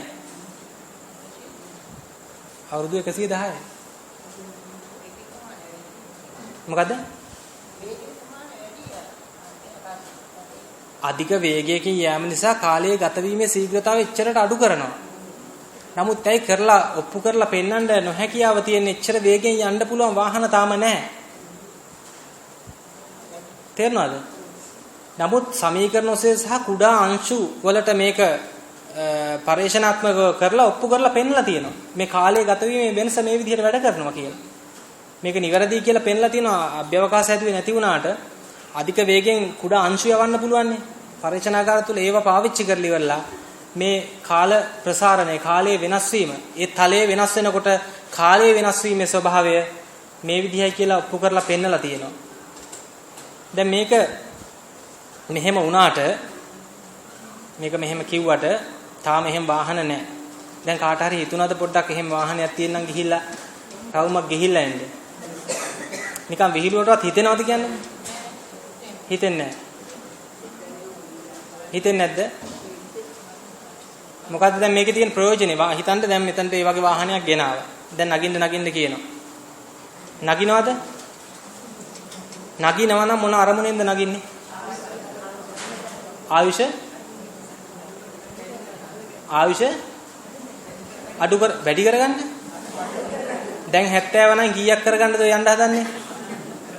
ඈ දැන් 70යි උදාහරණයකට දැන් 70යි. කීයක් කරගන්නද දැන් ඔය ආපු යානෙට නගින්න හදන්නේ? 50ක්. ඔව් මං අහන්නේ මං කියන්නේ 70යි දැන් වයස කියලා හිතමුකෝ. දැන් කීය කරගන්නද දැන් ඔය යානෙට නගින්න හදන්නේ? ඈ 65ක් විතර කරගන්නද? දැන් 75ක් විතර කරගන්නද? 75 කරගන්න ඕකේ නගින්න ඕනේ නෑනේ. ඈ 70 තියෙන කෙනා 65 වෙන්නේ නෑ ඕකේ ගියා කියලා. හරිද? තේරෙනවද? 70 තියෙන කෙනා 65 වෙන්නේ නෑ. ආපහු යෑමක් නෙමෙයි මේ කියන්නේ. ඕක මේ තර්කේ කියපු ගමන් ටක් ගාලා ගොඩක් අයට විශේෂයෙන්ම වයසක අයට හිතෙනවා අරගෙන රවුමක් දාලා ගිහිල්ලා එන්න බැයිද 30 35 වෙලා කියලා හිතාගෙන තමයි එකපාරට ඔළුවට එන්නේ. මම එහෙම එකක් කිව්වේ නෑ. ආයුෂ ගත වීමේ ශීඝ්‍රතාවය අඩු කරන්නේ. අනිත් පැත්තට යamak නෙමෙයි. අනිත් එක දැන් එහෙනම් වාහනයක් අපි හිතමු ගෙනල්ලා මෙතන මේ නැග්ගා කියලා ආලෝකයේ වේගයට අධික වේගෙන් යනකොට කොහොමද මේවා විසි වෙලා ගිහිල්ලා ඇඟේ තියෙන රුධිරය සේරම ගමන් කරන එක පැත්තකට. හරිද? තණ්හා වැඩිකමට නැග්ගා වගේ නෙමෙයි. මැරෙනවා ඇතුළේදීම. තේරෙනවද මං කියන එක? අධික වේගයෙන් යද්දි දැන් අපි හිතමුකෝ සාමාන්‍ය බස් එකක් යද්දි උනත් මොනත කොණ්ඩේ හරි මොනවා හරි දේවල් මේ පැත්තට යනවනේ. දැන් අර ග්‍රොසරි බෑග් එකේ මොකක් හරි ඒ වගේ ඉටි බෑග් එකක දාලා වතුර එකක් මෙහෙම කරලා ඇරියලුව වතුර ටික සේරම ඇදෙනවනේ මේ පැත්තට. ඒ වගේ මේ ශරීරයේ තියෙන රුධිරයේ සේරම ටික ඇදෙන්න ගන්නවා ගමන් කරන අතට විරුද්ධ අතට. ඒ නිසා මොළයට අවශ්‍ය රුධිරය සැපෙුම නැතුව ගිහිල්ලා කලාන්ත වෙලා ජීවිතේ නැති වෙන්නත් එතෙන්දී අවස්ථාව තිබෙනවා. ඒ වගේම තමයි ඒ වගේ වයස ඉතුරු කරගන්න කියලා වයස ඉතුරු කරගන්නම නෙමෙයි වයස් ගත වීමේ ශීඝ්‍රතාවය අඩු කරගන්න කියලා අභ්‍යවකාශයේ අධික වේගයෙන් යනකොට වටේවත් බලන්න දෙයක් නැහැ කෝච්චිය යනවා වගේ. මෙහෙම යනවා මෙලෝ දෙයක් බලන්නවත් වෙලා වන්නේ. පෘථුවියේ ඉඳලා අත්දැකීමක් ලැබිලා කලින් මැරලා යනවා ඊට වැඩිය හොඳයි. අභ්‍යවකාශෙ ගිහිල්ලා කිසිම අත්දැකීමක් නැතුව වයස අඩු කරගෙන යනවට වැඩියි. එතකොට කෙනෙකුට මේ මහල්ලෙකුට හිතෙන්න පුළුවන් මේකේ ගිහිල්ලා ආයුෂ අඩු කරගන්න කියන්නේ ආපස්සට යන්න පුළුවන්ද කියලා. ආපස්සට යෑමේ හැකියාවක් නෙමෙයි මෙතෙන්දි කියන්නේ. අර සහෝදරයාගේ උනත් මේ අවුරුදු 5ක් ගිහිල්ලා යනකොට අරයට අවුරුදු 110ක් වෙලා. එතකොට මෙයා ගමන් කළේ අනිත් කෙනාගේ අනාගතයට. හරිද? අනිත් කෙනාගේ අනාගතයට අධික වේගයෙන් ගමන් කරලා එනකොට ඇවිල්ලිවලා කොහාටද මෙයා සමගාමි උනේ? එකට හිටපු සහෝදරයෝ දෙන්නා මෙයා ගියා රවුමක් ගහන්න අභ්‍යවකාශයේ අධික වේගයෙන්. මෙයා වයස්ගත වෙනවා. මෙයා ගිහිලා මෙතන හිටපු කෙනා මෙයා එනවා අවුරුදු 5ක් ඉවර කරගෙන මෙයා 110ට ගිහිල්ලා. මෙයා සමගාමි උනේ කොහාටද? තමාගේ සහෝදරයාගේ අනාගතයත් එක්ක තමා සමගාමි උනේ. හරිද? පැහැදිලිද? කාලය ගත වීමේ වෙනස් ස්වභාවය මේ වේග වෙනස් වෙනකොට හැමතිස්සෙම මම කියන්නේ අධික වේගෙන් යද්දි. ඔය දැන් බයිසිකලයක් එහෙම අරන් හයියෙන් ගිහිල්ලා ඕක කරලා බලන්න යන්න එපා. මේ අපිට අහුවෙන ප්‍රායෝගික ජීවිතයේ තියෙන වේග එක්ක නෙමෙයි මේ කතා කරන්නේ. ආලෝකයේ වේගය තරම් වූ අධික වේගයකින්. දැන් නිකන් උත්සාහ කරලා එහෙම යන්න එපා වෙන වාහනයක් කරන් අධික වේගෙන් ගිහිල්ලා එතකොට වෙන ගමනක් යන්න වෙන්නේ මේ වැඩේ නවත්තලා. ඒ නිසා ඒ වගේ අධික වේගෙන් යද්දී ඇති වෙන ස්වභාවයක් අපි දන්නවා සර්වව්‍යාපී ස්වභාවය කියන්නේ මොකක්ද? අහලා තියෙනව නේද මේ වචනේ? දන්නවද මොකක්ද ඒකේ තේරුම? සර්වව්‍යාපී ස්වභාවය කියන්නේ එකම අවස්ථාවේදී ක්ෂණිකව පෙනී ඉන්න පුළුවන්, තවත් තැනක ඉන්න පුළුවන් යනාදී වශයෙන් ස්වභාවයක් සර්වව්‍යාපී ස්වභාවය කියන්නේ. අධික වේගය තියෙනකොට එක තැනක ඉන්න පුළුවන්, ඒ වගේම තවත් තැනක ඉන්න පුළුවන්. ඒ වගේ අවස්ථාවක් අධික වේගයෙන් යද්දී. දැන් බලමු අපි මේ වේගය වැඩි වෙනකොට කොහොමද කාලය අඩු වෙලා මේ සර්වව්‍යාපී ස්වභාවයකට අවතීර්ණය වෙන්නේ? මම මේ කතා කරන්නේ දැන් විද්‍යාත්මක පැත්තෙන්. පස්සේ අපි මේ බුදුදහමේ පැත්තෙන් කොහොමද මේක සමගාමී කරගන්නේ කියලා. දැන් මෙහෙම උදාහරණයක් මම ගන්නම්, සරල උදාහරණයක්. ගම්පහ ඉඳලා අපි යන්න ඕනේ කියලා හිතමු යාපනයට. ගම්පහ ඉඳලා යාපනයට කිලෝමීටර කොච්චර විතර ඇද්ද? කොච්චරක් විතර ඇද්ද? 360ක් විතර තියෙනවා. 360ක් විතර තියෙනවා. පයින් ගියොත් දවස් කීයක් යයිද? පයින් ගියොත් මාසයක්? සාමාන්‍ය පුද්ගලයෙක් පයින් ගියොත් ඒ සාමාන්‍ය වේගයකින් ගියොත් දවස් 3කින් විතර ගිහැවි. නිරෝගී පුද්ගලයෙක් සාමාන්‍ය වේගයකින් එක දිගට තියාගෙන ගියොත් දවස් 3කින් විතර ගිහැවි මග නවතින්නේ නැතුව. අපිට දැන් දවස් 3 වැඩි කියලා හිතමු. දවස් 3කින් යන්න බෑ. ඔය පයින් ගියේ නැද්ද අපේ මුතුන් මිත්තෝනේ? වාහන තිබුණේ නැහනේ.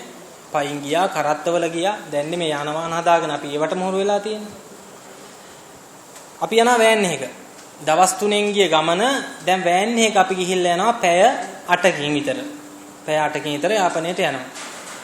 මොන් දැන් බලන්න ටික කාලය අඩු වෙන හැටි. ඊට පස්සේ යනවා අපි වෑන් එකේ පැය 8ත් අපිට කාලය වැඩි.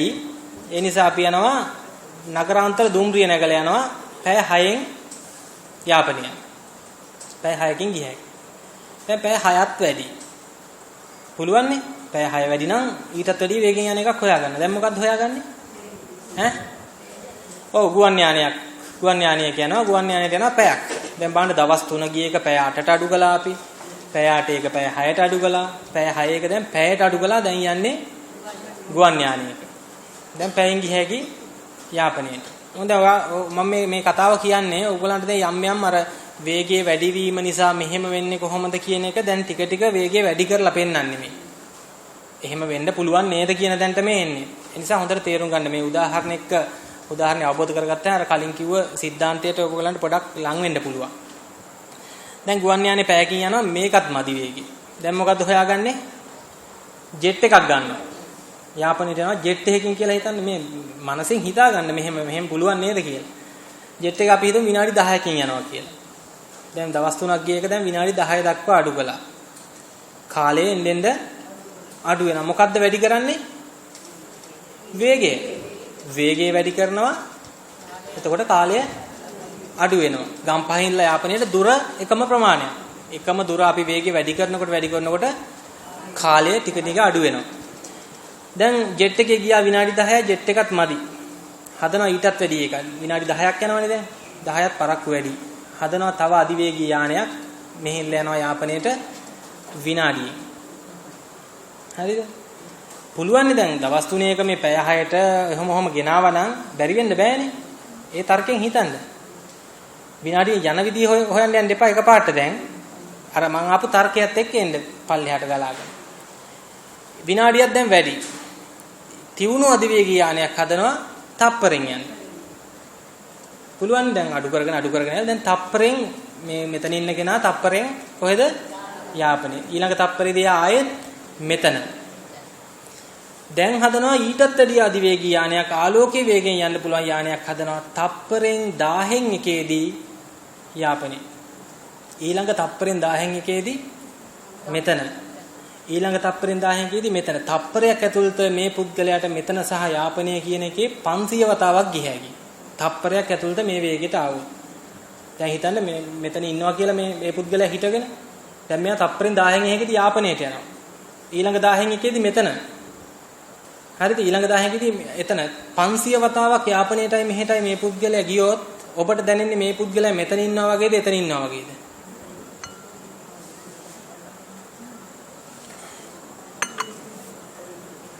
කොතන ඉන්නවා වගේද? මෙතන ඉන්නවා වගේ පේනවා. එතන ඉන්න අයට පේන්නේ කොතන ඉන්නවා වගේද? එතන ඉන්න අයට පේනවා එතන ඉන්නවා වගේ. එතකොට යාපනයේ මෙතනයි උදාහරණයක් ගත්තට ලෝකෙ වටේ ගත්තත් ඔය ස්වභාවයම තමයි. මෙතන ඉන්න පුද්ගලයා මෙන් ඇමරිකාවේ ඉන්නවා. අනිත් පැත්තෙන් ඕස්ට්‍රේලියාවේ ඉන්නේ. තවත් විශ්වයේ තවත් තැනක. වේගය වැඩි වෙන්න ඒ පුද්ගලයාට ගත වෙන කාලයක් නැහැ ගමන් කිරීම සඳහා.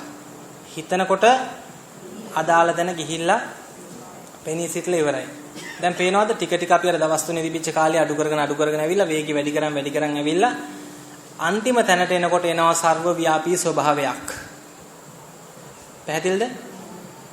යම් කිසි ස්ථානයක පෙනී සිටීමේ ස්වභාවය වේගය වැඩි වෙනකොට අපිට මේ මුකුත් කරන්න බැරි මේ ඝන ශරීරයක් උස්සගෙන ඊදිහාදයන් මේවා සැහැල්ලු වෙනකොට එක පැත්තකින් මේ වගේ ස්වභාවයන්ට සමගාමී වීමේ ස්වභාවයක් අපිට දකින්න පුළුවන්.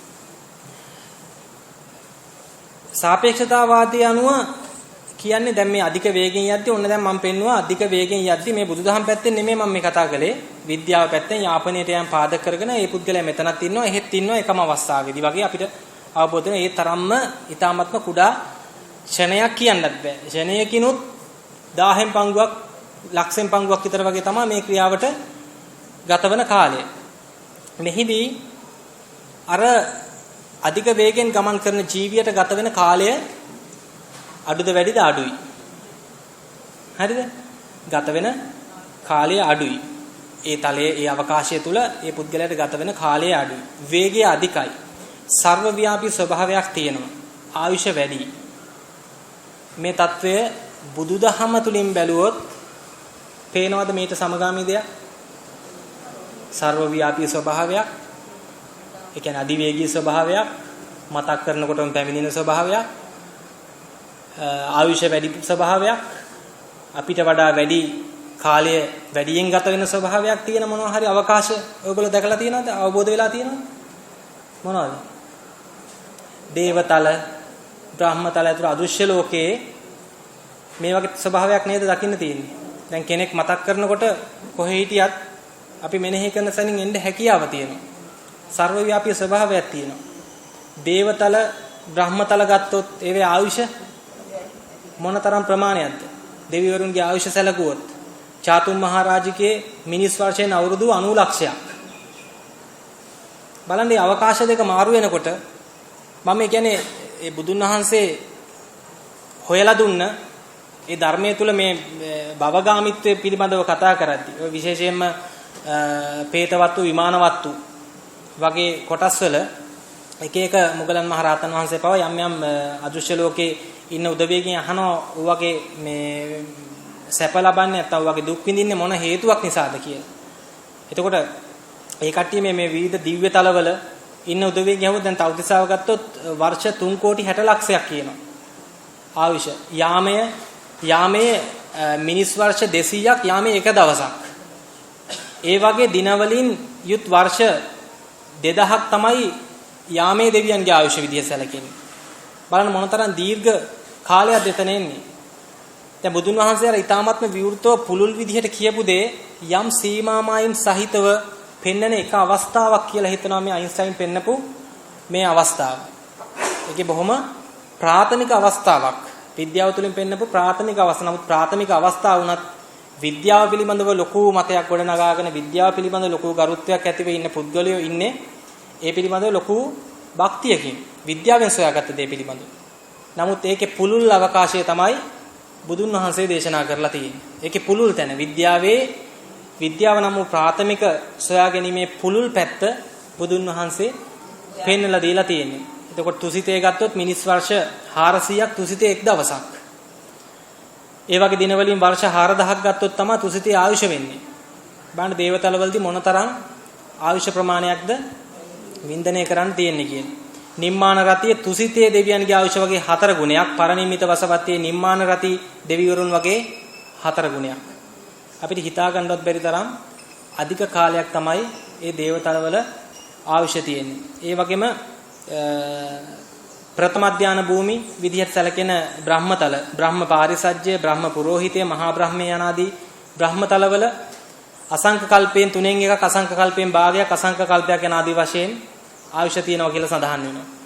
ඒ වගේම ද්විතීය ධානය භූමි වල පරිත්තාබ, අප්පමානබය, ආබස්සරේ වගේ දේවල් වල මහා කල්ප 2යි 4යි 8යි යන ආදී වශයෙන් අධික ආයුෂ මේවා සඳහන් වෙනවා. තෘතීය ධානය භූමි විදිහට සැලකෙන පරිත්ත සුභය, අප්පමාන සුභය, සුභකින්නකය කියන ඒවා කල්ප 16යි 32යි 64යි. මේ බ්‍රහ්මතලවල මොනතරම් දිගද බලන්න ආයු වින්දනය. ඒ වගේම චතුර්ථ ධානය භූමි වේහප්පලයේ කල්ප 500ක්, අසඤ්ඤ සත්ත්‍ය කල්ප 500ක්, සුද්ධාවාස විදියට සැලකෙන අවිහ කල්ප 1000යි, අතප්පේ කල්ප 2000යි, සුදස්සේ කල්ප 4000යි, සුදස්සී කල්ප 8000යි, අකනිට්ඨේ කල්ප 16000යි. කල්ප ගණන් වලින් ආයුෂ කල්ප ගණන් වලින් තියෙන්නේ. බලන්න මොනතරම් අධික කාලයක් ඒගොල්ලෝ ඒ ලෝක තුල ආයුෂ වින්දනය කරනවාද? ඒ අවකාශය වෙනස්. අපිට පවතින අවකාශයේ මේකේ තලය වෙනස් එතනදී. ඒ අවකාශය අධික වේගයට පත් කිරීම තුළින් තමයි අවකාශය වෙනත් අවකාශයක් හදලා උපකල්පනාත්මකව අයින්ස්ටයින් විසින් මේ යාගේ සාපේක්ෂතාවාදී ඉදිරිපත් කළේ. නමුත් ඒ ආලෝකයේ වේගයෙන් යන ගමන තුළ මේ අවුරුදු 5 පුද්ගලයෙක් කෙනෙකුට අනිත් තමන්ගේ සහෝදරය අවුරුදු 105 වෙන එකවත් ඔප්පු කරලා පෙන්වීමේ හැකියාවක් පුද්ගලයානුබද්ධව බෑ. තාම නැහැ ඒක අවශ්‍ය පහසුකම්. ඒක තමයි මේකේ පරිශනාගාර තුල අංශු පාවිච්චි කරලා ඒ දේ කරලා යම් මට්ටමකට පැහැදිලි කිරීමක් කරලා තියෙන්නේ මේ වෙනකොට. අපි මෙච්චරලා මේ කතා කරපු කාලය පිළිබඳ සංකල්පය ගත්තොත් කාලය විවිධාකාරයෙන් අපිට කොටස් කරලා පෙන්වන්න පුළුවන්. මොකද්ද පෙන්වන්න පුළුවන් දේ? අතීත කාල, අනාගත කාල, වර්තමාන කාල කියලා අපි මේ අත්විඳින කාලය කාල තුනකට බෙදලා පෙන්වන්න පුළුවන්. අපි හැමතිස්සෙම අත්විඳිනවා වර්තමානය, ඒක අතීතයට එකතු වෙනවා. ඊට පස්සේ අපි අනාගතයට ගමන් කරනවා. ඒ අනාගතයට යනකොට එතන ආයේ වර්තමානය. මේ විදිහට තමයි අපි ජීවිතේ වයස ගෙවෙමින් තප්පරෙන් තප්පරේ, විනාඩියෙන් විනාඩිය, පැයෙන් පැය, දවසෙන් දවස ඉදිරියට යන්නේ. බුදු කෙනෙක්ගේ උප්පත්තිය පාදක කරගත්තොත් අපිට කාලය මොන විදිහටද බෙදන්න පුළුවන්? දැන් අපි හිතමු වැස්ස පාදක කරගත්තොත් වැස්ස ඇති කාල වැස්ස නැති කාල. බුදු කෙනෙක්ගේ උපත පාදක කරගත්තොත් කාල මොනවද තියෙන්නේ? බුද්ධෝත්පාද කාලය සහ අබුද්ධෝත්පාද කාලය. බුද්ධෝත්පාද කාලය සහ අබුද්ධෝත්පාද කාලය. බුද්ධෝත්පාද කාලයකද අපි ඉන්නේ නැති අබුද්ධෝත්පාද කාලයකද මේ අපි ඉන්නේ? බුද්ධෝත්පාද කාලයක ඉන්නේ. බලන්න අදෘශ්‍ය ලෝකයේ ඉන්න ගොඩාක් සත්ව කොට්ටාසයන් කල්ප ගණන් අධික ආයුෂ ඒ තැන්වල සුගතිගාමි හෝ දුගතිගාමි විදිහට වින්දනය කරමින් ඒගොල්ලන්ට සාපේක්ෂව බලනකොට ඊටාත්ම කුඩා කාලයක් අපි ජීවත් වෙන්නේ මේ මනුෂ්‍ය ලෝකේ. ඒ ඇවිල්ලා තියෙන අවස්ථාවෙත් අපි ඇවිල්ලා ඉන්නේ බුද්ධෝත්පාද කාලයක. බුද්ධෝත්පාද කාලයක් කියන්නේ බුදු කෙනෙක්ගේ ධර්මයේ ජීවමානව ලෝපවතින කාලය. මේක හැමදාම පවතින්නේ නැහැ. ඒ දෙත් අනිත්‍යයි. ඒ දෙ තව කාලයක් ගිහිල්ලා බුදුදහම වියකිලා යනවා. වියකිලා ගියාට පස්සේ මිනිස්සුන්ගේ කුරිරුකම් වැඩි වෙනවා. ඒ මිනිස්සුන්ව ධර්ම මාර්ගයට යොමු කරන්න කෙනෙක් නැහැ. ධර්මයක් නැහැ. මිනිස්සු එනකොටා ගැනීම වැඩි වෙනවා. ඒ වගේ දේවල් වැඩිලා අවසානයේ ලෝක විනාශය දක්වා ගමන් කරනවා. ඒ නිසා මේ කාල දෙක අතර වෙනස සහ අපි ඉන්න දැන් කාලේ මොන කාලයක්ද කියන එක පිළිබඳව අපි විශේෂයෙන්ම අවධානය යොමු කරගත යුතු වටිනා අවස්ථාවක් තමයි අපි මේ මූණ දීලා තියෙන්නේ. අර වයසේ පරතරය තවත් එක දෙයකින් මම කියන්නම් ඔයගලන්ට ඒක පොඩ්ඩක් ඒ දැන් වයසේ වෙනස් වීම කියද්දි රසවත් වුණාට ඒකේ સિદ્ધාන්තමය කරුණු කියද්දි පොඩ්ඩක් ග්‍රහණය කර ගැනීම අසීරුතා තිබෙන්න පුළුවන්. අසීරුතා තියෙන ඒවා පැත්තකින් දාන්න යම් කිසි කොටසක් ගත්තනම් ඒ කුඩා කොටස ගන්න කුඩා කොටස අරන් මම බුදුදහමෙන් පෙන්නපු පැත්ත හිතාගන්න ඒ දෙක ගත්තනම් ඇති මේ දේශනාව තුල. ඒ අවුරුදු 4ක වයස අපි හිතමුකෝ නිවුන් දෙන්නෙක් ගත්තොත් මේ දෙන්නගෙන් එක්කෙනෙක් අභ්‍යවකාශයේ අවුරුදු 10ක් විතර ගිහිල්ලා ආවොත් එනකොට අනිත් එක්කෙනා මිය ගිහිල්ලා එයාගේ දරුවන්ගේ දරුවෝ තමයි සමහර විට ඉන්නේ. ඒ වගේ ස්වභාවයක් තමයි මේ තර්කයේ පදනම් වෙලා යනකොට අපිට දකින්නට ලැබෙන්නේ.